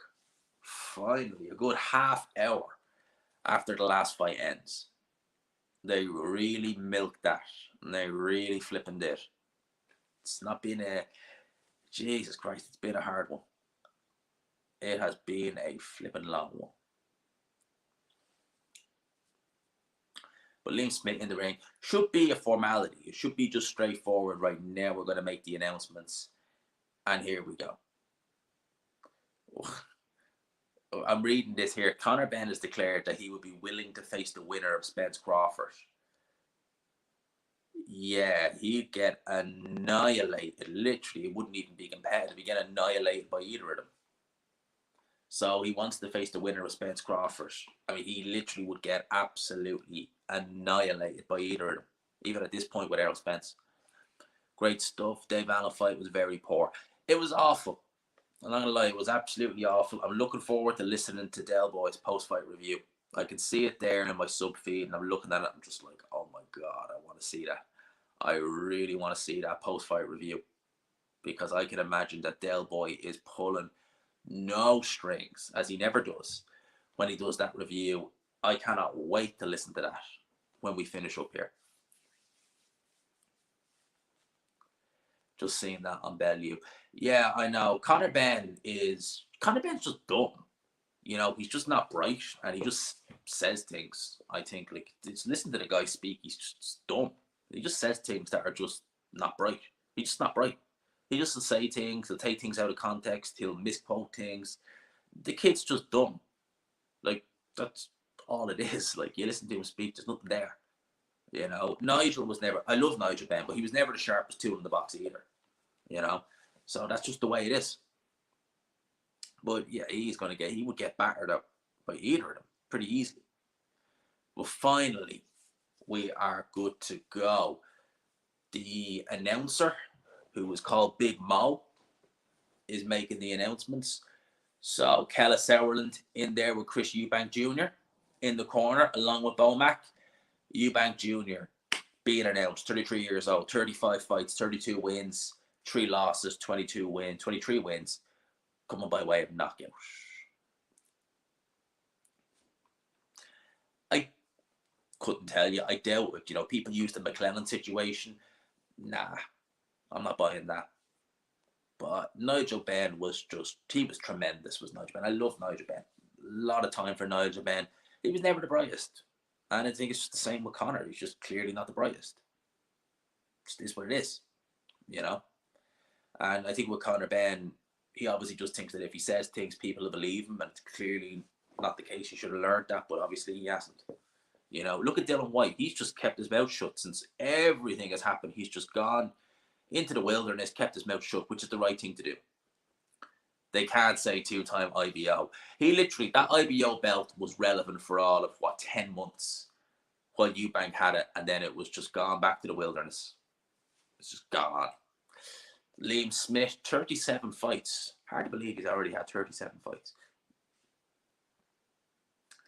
And Conor is just like Nigel in that sense. He's emotional.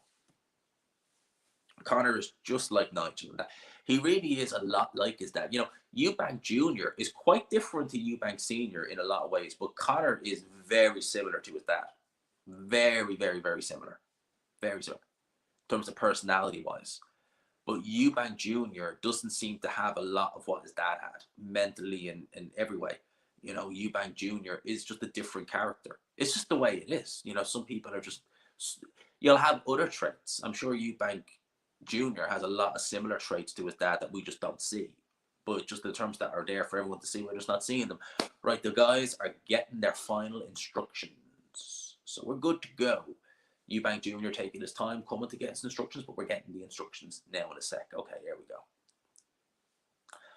And the referee making sure to check the waistbands so we don't have any issues like we had last week or in the earlier fight with Dave Allen. So both guys getting their instructions. We are good to go. Right. They touched him up. We're coming into it. I'm going to have to change phones now in the next like 5 minutes, by the way, just so you know. But I'll do it during the course of a round, so nothing kind of goes wrong. You won't even notice it. It'll be 2 seconds. But I'm not going to do it now. I'll do it after maybe the second round, which we'll swap them over. Because Sky are absolute clowns who let this go on way too long, and it meant that we have to use another iPhone. Well, we just have to swap it over. That's why I have them on charge repeatedly. But lads, the bell is going to go. I'll tell you when, and then we'll be underway. So, both guys center the ring. Referee having a look. Here we go. Round one underway.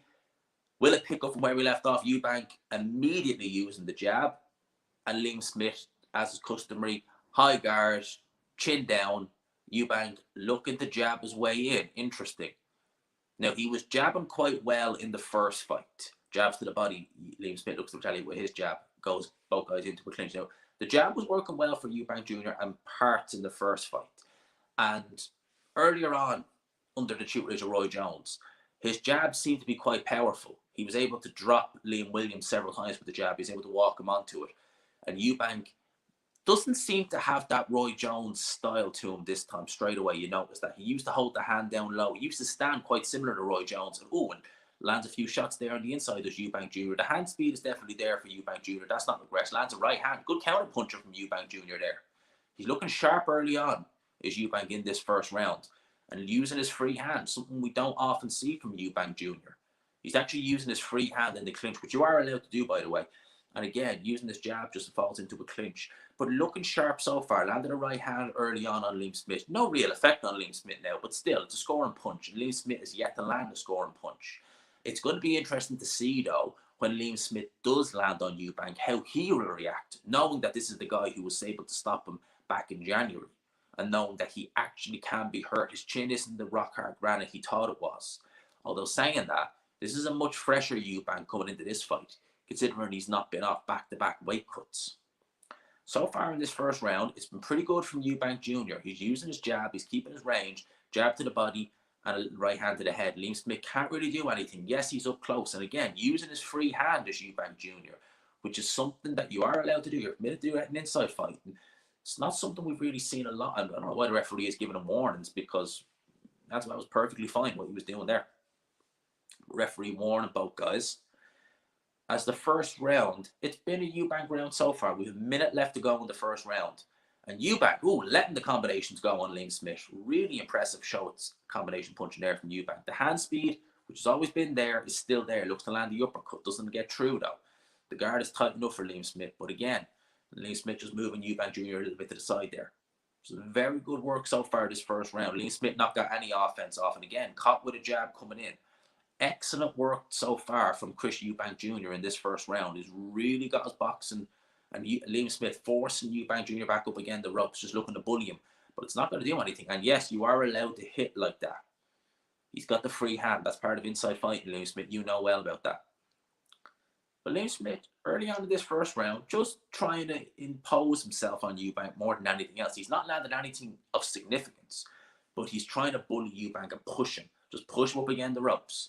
Eubank seemingly confident in this first round. Lands another jab to end the first round. Very good first round by Chris Eubank Jr. Both guys fight to the end of the round as the bell goes. Round one in the bank for Eubank Jr. Very impressed. Very good first round by Chris Eubank Jr. As he goes back to his corner, he looked sharp. Landed some good shots. Liam Smith didn't land anything of any real significance in that first round. So, one round already in the bank for Chris Eubank Jr. Much better than the last fight. Yeah, look at that. Lovely little jab just landed on Liam Smith. Liam Smith immediately grabs hold. Not that he's necessarily hurt, but just looking to just try and maybe tire Eubank out a bit. Now, he did land his own little jab, to be fair to Liam Smith, but there was more Eubank in that first round. Definitely. Liam Smith being talked to by Joe McNally in the corner as we get ready for the second round. I'll probably swap these over after the second round, but it won't make much of it. It should be fine.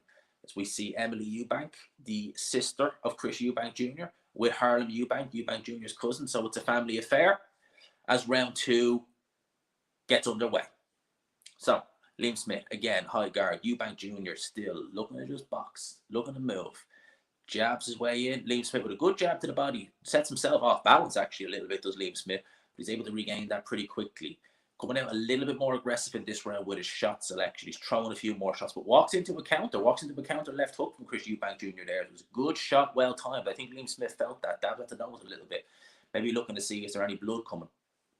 But some good work. We're seeing a very sharp Chris Eubank Jr. in this second fight. Much more switched on is probably the better way I would say it than he was in the first fight. Landed some shots, some good uppercut and a good little left hook as well goes in by Eubank. A little nice little turn of hand speed.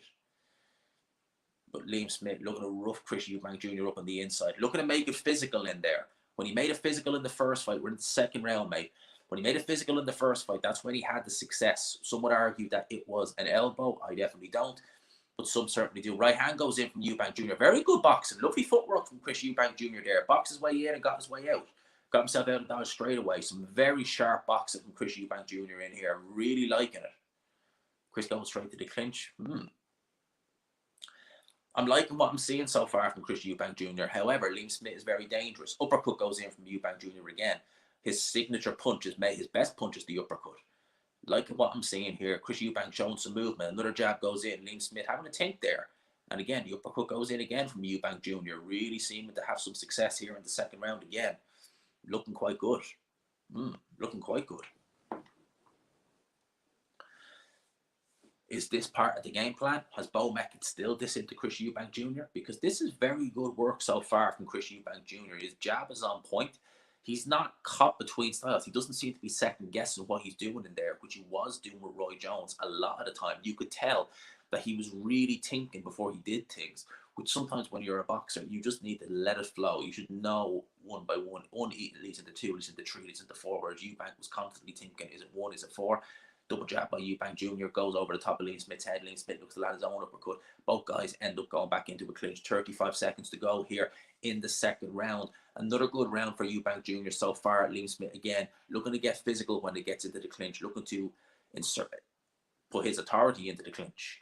But Eubank Jr. not really letting it go. Again, Eubank Jr. has landed the more shots. Nothing massively ain't got going yet.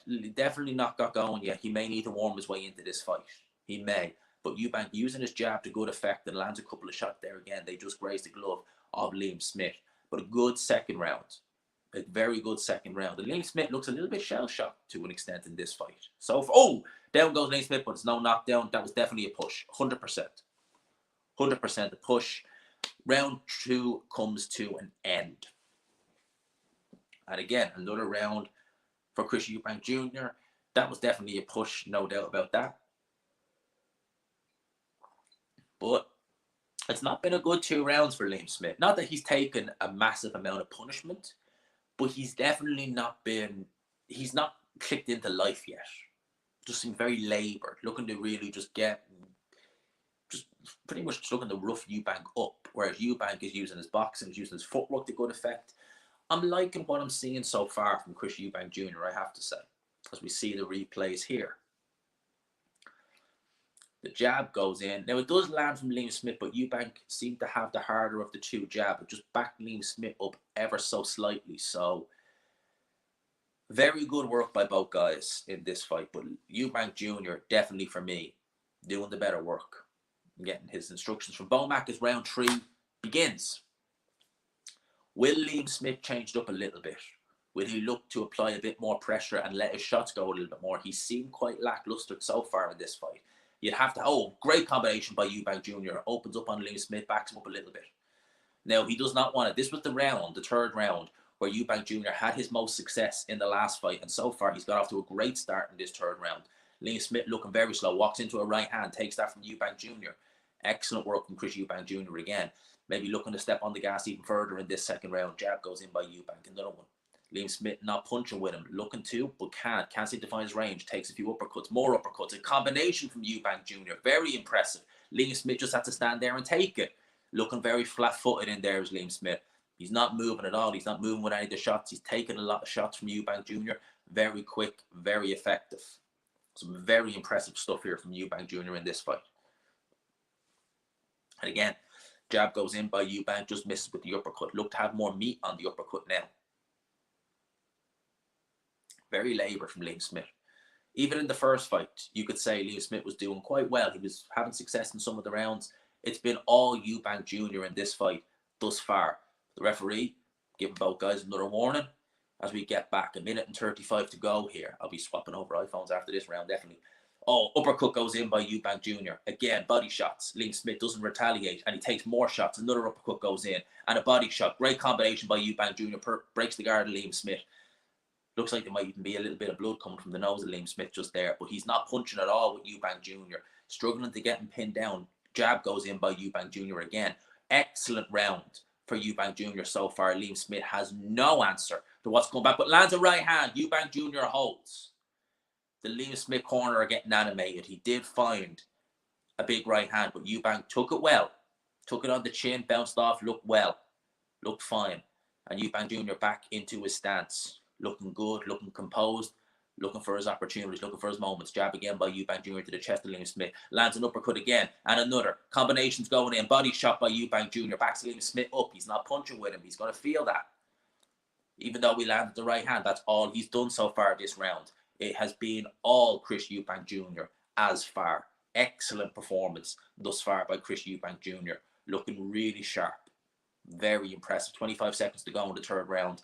And Eubank Jr.'s boxing is on point. If he carries on like this, he will wear Liam Smith down and he may even be able to force a stoppage. May is the word. He looked good in the last fight. And we all saw what happened there. As round 3 is about to come to an end. And I will be back in one quick second. Uppercut ends the round.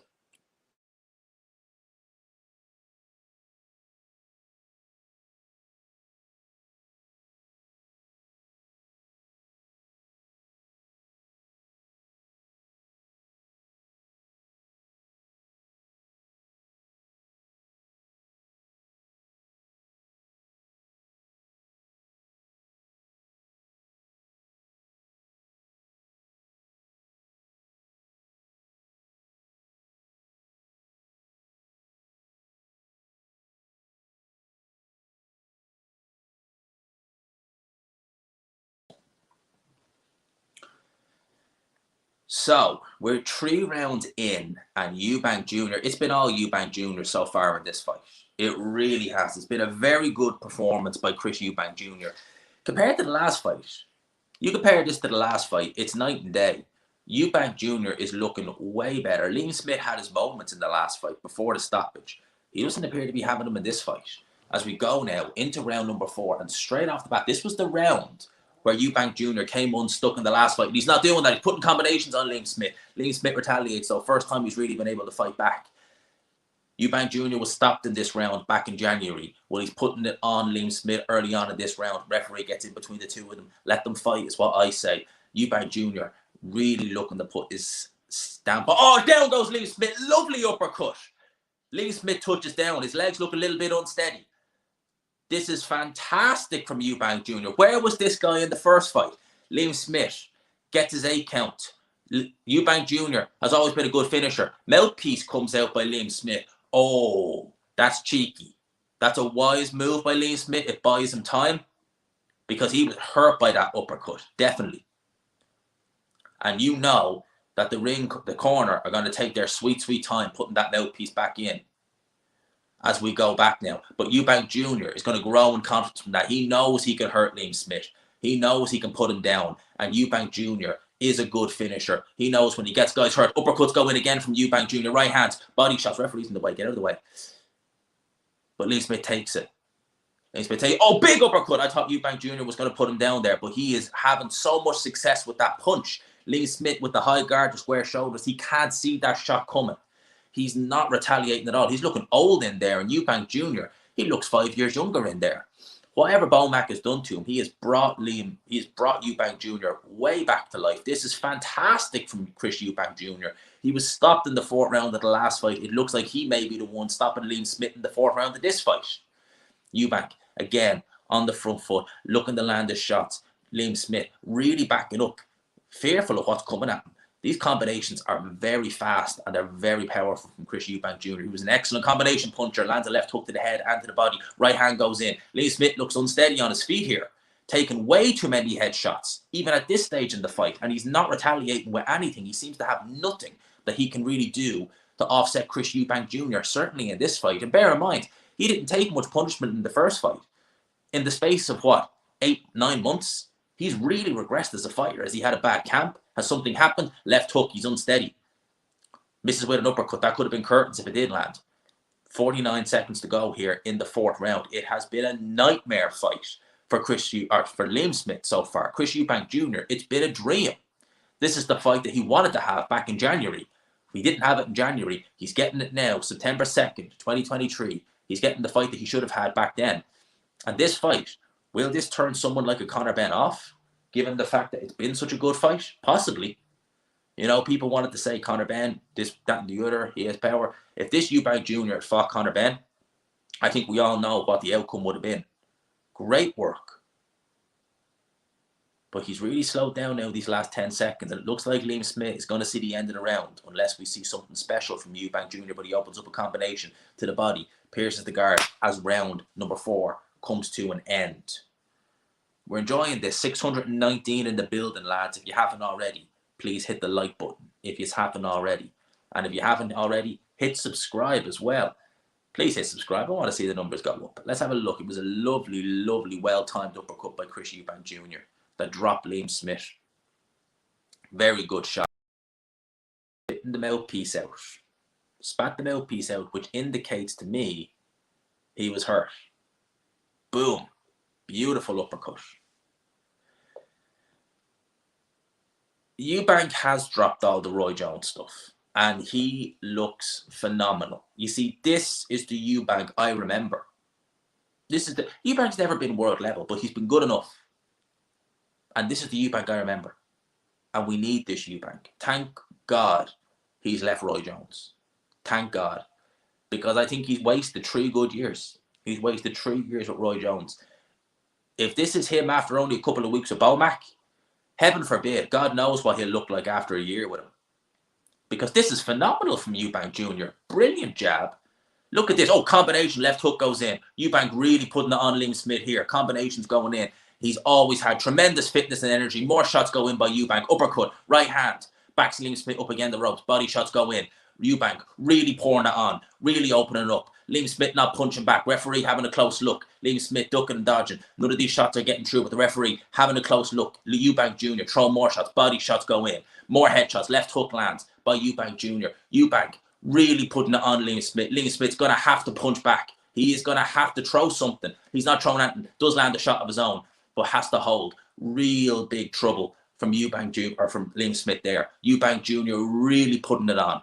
And Eubank Jr.'s fitness is tremendous. He can throw shots like that repeatedly for over the course of a 12-round fight. Liam Smith is going to have to be more careful. But this has been a simply phenomenal display from Chris Eubank Jr. so far in this fight. Really impressed. Really, really impressed. And those saying he was done, and those saying that it was finished, he was done after the first fight, they really need to look at this, because this is a guy who looks rejuvenated. Has the fact that he's not had to make the weight as difficult as he did the first time. More uppercuts go in. Uppercut, uppercut, left hook. Liam Smith can't offer anything to Chris Eubank Jr. at this point in the fight. The fans are obviously singing the name Chris Eubank Jr. in there, because it's been all Eubank. All Eubank in this fight. And Liam Smith has virtually nothing to offer. And Eubank Jr. again, over a minute to go with Liam Smith.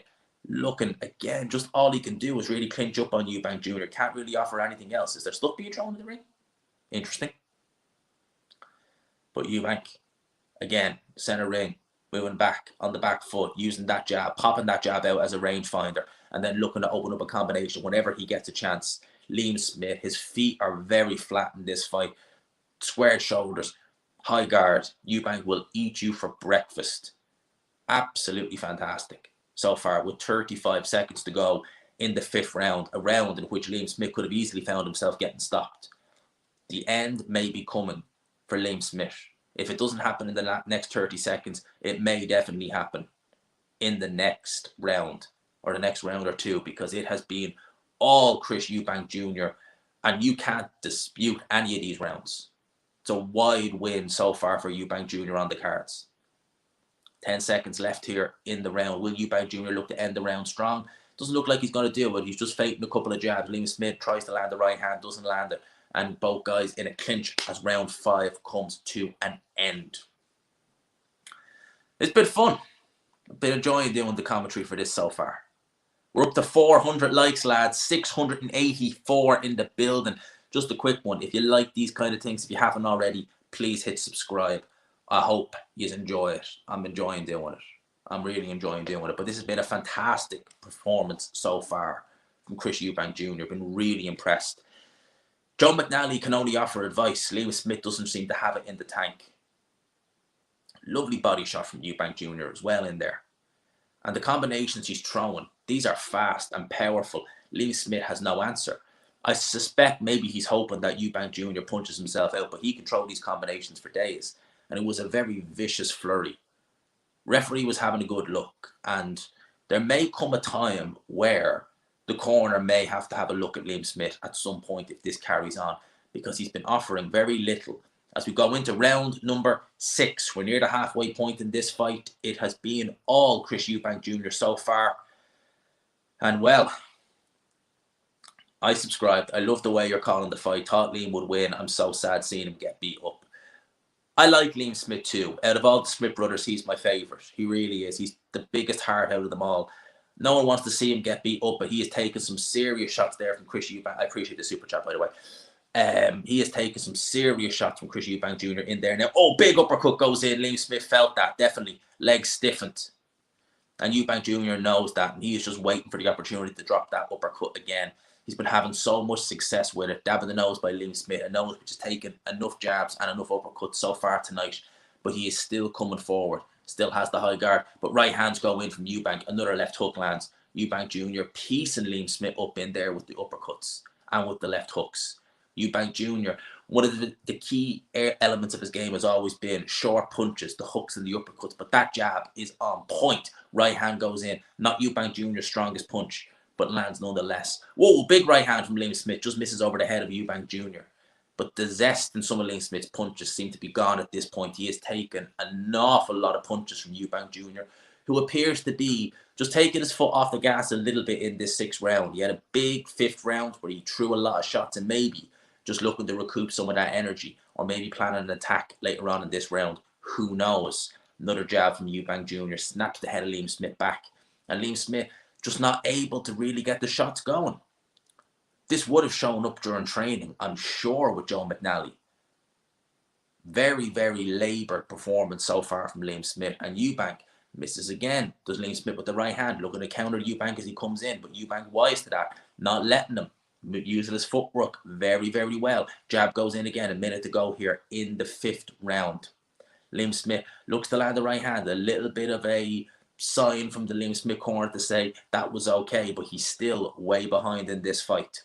Way behind. And Eubank Jr. is just growing in confidence as this fight goes on. As Liam Smith clinches again, looks to back Eubank Jr. up again. There, if you have the free hand, you can use it, which he's clearly not. Liam, definitely his face is looking flat. But 30 seconds to go in the 6th round. A slightly better round from Liam Smith this round, albeit I think Eubank has taken his foot off the gas a touch in this round. Maybe looking to recoup some of the energy from heat that he put in the 5th round, where he let a lot of shots go. A massive combination. But again, uppercut goes in by Eubank. Stiffens the legs of Liam Smith. 10 seconds to go. Shots go in again from Eubank Jr. Looks to be around that Liam Smith gets through.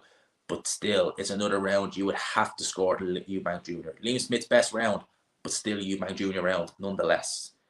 As the 6th round comes to an end. Got this beautiful boxing. Very impressed with what I'm seeing from Chris Eubank Jr. Lovely work. Let's see this shot again. Lovely jab and a big uppercut. Liam Smith has taken way too many of these in this fight for my liking. Way too many uppercuts landing from Chris Eubank Jr. It's been tremendous so far. Been really enjoying what I've been seeing from Eubank Jr. We're into the halfway point of the fight. Now, some would have thought that maybe after round 3, after round 4, we mightn't get this far. I suspect Eubank Jr. is readying himself for an attack, possibly in this round, because Liam Smith is not throwing a lot of shots. He doesn't seem to have it in the tank. And this can happen. Liam Smith, although it was a great win last time, fighters can just age overnight. It doesn't have to be a bad performance. It could be a great performance. But you could age rapidly overnight. You lose that killer instinct. You lose the trigger. And it looks like Liam Smith has lost that as Chris Eubank Jr. and Liam Smith come out for round 7. We're into the halfway point of the fight, and it will be very difficult to find a round to give to Liam Smith, even if you're being extremely generous. It has been all Chris Eubank Jr. in this fight. He's shown no signs of fragility, but does take a shot there from Liam Smith and just backs up a little bit, more off balance, but back onto his jab. It's been beautiful boxing. This is not the same fighter we've seen under Roy Jones. This is a much improved Chris Eubank Jr. The boxing is better. He wears the name Sebastian on his shorts, a sign of respect to his brother who was passed, and his brother would be proud watching this performance. Jab backs Liam Smith up against the ropes again. More jabs go in from Eubank Jr. Body shot. Liam Smith felt that a little bit, and he looks to go down to the body again. Does Eubank Jr. The combination punching has been phenomenal in this fight from Eubank. This is the style that he always looks good against. But one would wonder, put him in there against the boxer, how good would it be? I suspect he'd be just as good. He's looking fantastic in this fight. I think maybe now with Bomac, Eubank Jr. has found a trainer he can actually work with, because this performance has been sublime so far. And Eubank will still be looking to get an attack off on Liam Smith at some point. Mark my words about that. There's still a lot left in the tank for Chris Eubank Jr.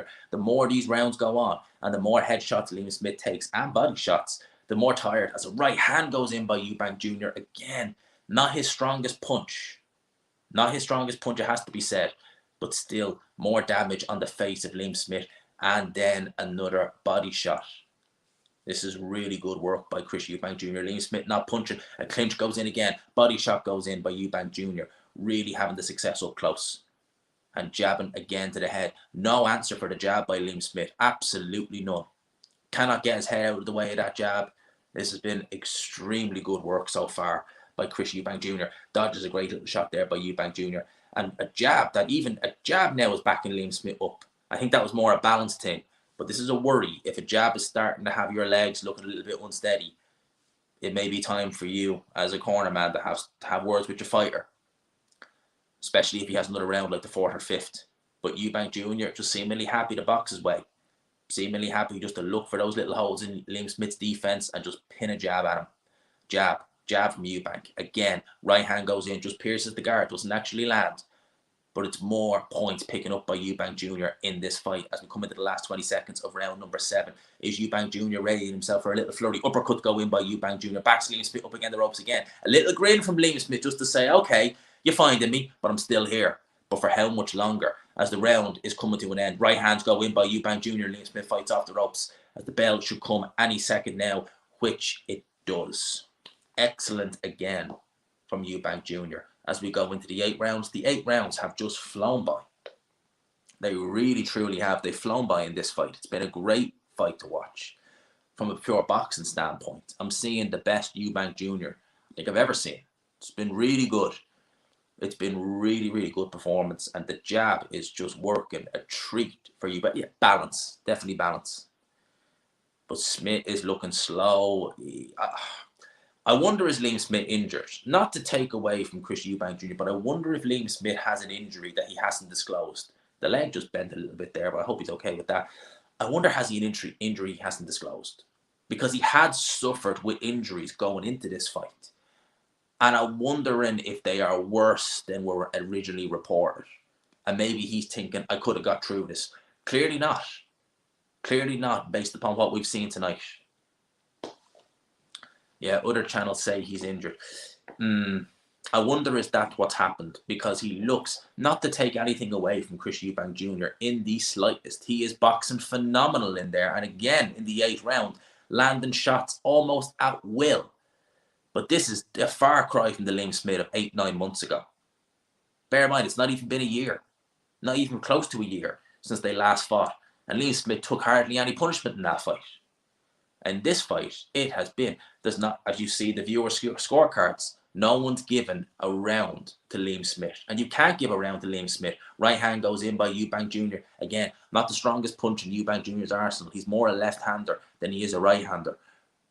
But still, these shots are hurting. The uppercut goes in. A jab goes in again from Chris Eubank Jr. The Liam Smith corner, trying to spur their man on. But nothing, literally nothing is coming back from Liam Smith against Chris Eubank Jr. in this stage of the fight now. It has been all Eubank Jr. The boxing has been very good. The feet are way too flat. The movement isn't there from Liam Smith. It's just not there. Whatever is wrong is really having a detrimental effect on Liam Smith in this fight. With 1:40 to go, uppercut goes in again, body shot goes in from Eubank Jr. Just picking the shots at will now is Chris Eubank Jr. Looking to set up another attack possibly. Misses with a left hook. But a very composed Chris Eubank Jr., very calm. Liam Smith lets a few shots off there, but nothing really lands, nothing significant anyway. Eubank motions that some of those shots were around the back of the head. We're 1:15 to go here in the 8th round. Right hand goes in by Eubank Jr. And again, Liam Smith can only back up. He's not punching with Eubank Jr. Even when he's in range, Eubank Jr. has the freedom to think. This is really good work from Chris Eubank Jr. Really, really good. We're into the last minute of the 8th round. We could be on for a 12-rounder, potentially. Why is Matthew Macklin making excuses? He shouldn't be. Eubank Jr. is boxing out of his skin. Liam Smith may have an injury, but that doesn't take away from what Eubank Jr. is doing. This is the best I've seen him. He really is boxing phenomenally well. Right hand again goes in by Eubank Jr. on Liam Smith. Another right hand lands. Liam Smith really struggling in there, struggling with the pace, struggling with everything in there, struggling with the jab, the combination punching, the speed, just not able to get any real offense going on in this fight. An uppercut goes in again by Chris Eubank Jr., who seems to me he wants to get Liam Smith up against the ropes to open these combinations. He really does. And the last 10 seconds of the 8th round coming up. Left hand goes in, backs Liam Smith up. It was more a balance thing. He wasn't really hurt too bad by that as the round comes to an end. This has been fun, lads. I've been enjoying this. We've all been enjoying this fight. And if you haven't already, there's nearly 800 in the building. This is a new record for a watch along. If you haven't already, hit the old like button, hit subscribe. Please do. We're all enjoying this so far. So we're going into the 9th round. We're coming into the championship rounds now, so it's going to be interesting to see if anything changes, if this is when Liam Smith decides to come alive, or if this is when Eubank Jr. decides enough is enough. We'll soon find out as we get ready to go into the 9th round. But it's all calm in the corner for Eubank Jr. It seems all calm. Bomac doing giving his instructions in there. I'm sure as a trainer, he's very happy with what his guy is doing. The ice pack comes off the back of Eubank Jr.'s neck as we get ready for round number 9. Both guys come to the center of the ring and we're underway. Round number 9. More of the same, or will it change? I'm thinking more of the same. It's been heaven for one, hell for another. And it has literally been hell for Liam Smith in this fight. He's been not acting ready. Oh, uppercut goes in. Lovely shot by Eubank Jr. Liam Smith holds. Liam Smith is holding. I don't think he's as hurt as some of the people are thinking, but he definitely felt that, snapped the head back. He looked to throw his own shots, but ended up getting hit with one. More shots go in. Uppercut. Hooks to the body by Eubank Jr. Really looking to stamp his authority on this fight now. Maybe looking to say, right, we've gone the 9 rounds. I've shown you what I have. Now I'm going to close the show. Is he looking to do that? The legs don't look right on Liam Smith at all. Whether there's an injury there or whether he's still hurt, I don't know. But the legs don't look right. Another shot goes in by Eubank Jr. Lovely kind of jab / uppercut goes in as he goes and looks to take the center of the ring again. I'm just looking to wait for his opportunity. Get his shots going and hit the like button if you could. If you haven't already, hit subscribe for more of these watch-alongs. But an excellent work so far from Eubank Jr. Liam Smith, again, out of range, but not able to do anything. Just looking to work his way in, not even that. Just looking to come in with the high guard and hope he can get away with looking to land some form of counter punch. Body shot goes in, lands on the elbow for Chris Eubank Jr. A spit out by Liam Smith is all he can do at this stage. He's got very little to offer Eubank Jr. in terms of offense. Almost nothing. throws a right hand, goes over the head of Eubank Jr. into a clinch. 1:25 to go here in the 9th round. Both guys starting to, Liam Smith more so, starting to look a lot more fatigued. Right hand goes in by Eubank Jr. Liam Smith taking all these headshots, you would eventually start to show signs of fatigue. Inevitably, he's taken plenty of body shots. Eubank Jr., apart from that round 6, which I feel he took off after a big offensive flurry towards the middle part of the 5th round, he's been in complete control. He's been shown good levels of fitness. His shot selection has been very good. The speed hasn't really regressed at all in this fight. And this is a very good, very polished, very refreshed, rejuvenated Eubank Jr., who again splits the guard with the uppercut on Liam Smith. Another one he takes in the last 35 seconds of the 9th round. Eubank Jr. lets a combination go. Right hand goes in from Eubank Jr. Up on his toes. Down, up. Right hand goes in again. More shots land on Liam Smith. They can call out the instructions, but Eubank Jr. putting it on at the end of the 9th round. Headshots, body shots, looks to land the right hand to the head. Liam Smith smiles as if to say, all right, keep it going. Eubank will say, all right, I'll keep it going. Into another clinch. Liam Smith looks on. Paul Smith with a towel in his hand. I wonder, are they thinking of something in the Eubank Jr. corner, or in the Liam Smith corner, I should say, as round 9 comes to an end. Another emphatic round for Chris Eubank Jr. as it comes to an end. We are having records in this live watch along. 840 in the building. I'm assuming you are all not subscribed, so if you haven't, please hit subscribe. We're enjoying this commentary. What's the replay showing us? It does definitely look, I thought that Liam Smith didn't look right with his footwork. Is there an injury there? Is there an injury on his leg? He put weight on his lead foot. That looked sore. That did look like it hurt. I wonder what's going on there with Liam Smith. Is there an injury to his leg? I think it was his wrist that was the problem. But it looks like it's all going wrong. It looks like it's all going wrong in there for Liam Smith. And I wonder what team Liam Smith are going to be doing. Will Joe McNally be having a look at his fighter and thinking, I'm going to save you for another day? If the leg is gone and he can't put proper weight on it, that's essentially you're a one-legged fighter in there where you need to be as mobile as you can be. And Liam Smith is not that as round number 10 comes underway. We're into the championship rounds. Liam Smith, who won brilliantly by knockout last time, hasn't even won a round this time around, and it looks like the legs are gone. He took a shot from Eubank Jr. The legs just betrayed him a little bit there. It wasn't so much concussiveness. I think it was just more the balance or potentially injured, but he is target practice for Eubank Jr. now.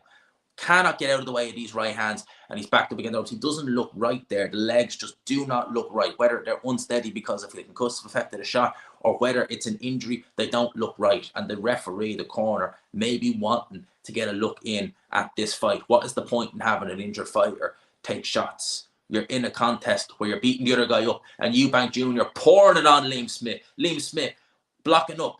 Hunches with Eubank Jr. Eubank Jr. takes the shots that are retaliated. Liam Smith goes down again. Is he concussed, or is he getting the referee? Is he counting Eubank Jr.? Is he counting? Yes, he is. Liam Smith touches down again. The referee does administer a count. Mouthpiece stays in this time. Will Eubank Jr., as he so often does, go in for the kill? He's looking at Liam Smith. He's not rushed in. He lets the right hand go. He knows he's got a wounded soldier in front of him. Liam Smith's backed up again the ropes. Shots go in by Eubank Jr. He backs up again. Liam Smith goes in for the clinch. Tim Smith will be probably looking to step in sooner or later. Liam Smith looks almost a one-legged man in there.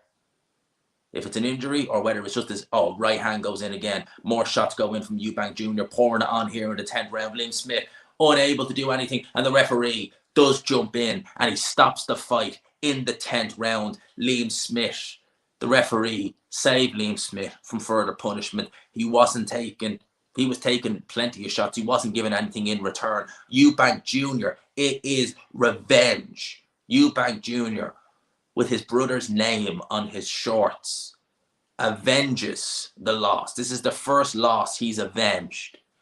And it is going to feel so sweet. The man who was laughed at by Conor Benn after he was stopped by Liam Smith back in January, who will be laughing now? And based upon that performance, would Eddie Hearn and Conor Benn actually want to fight Chris Eubank Jr.? Based off of that, I don't know.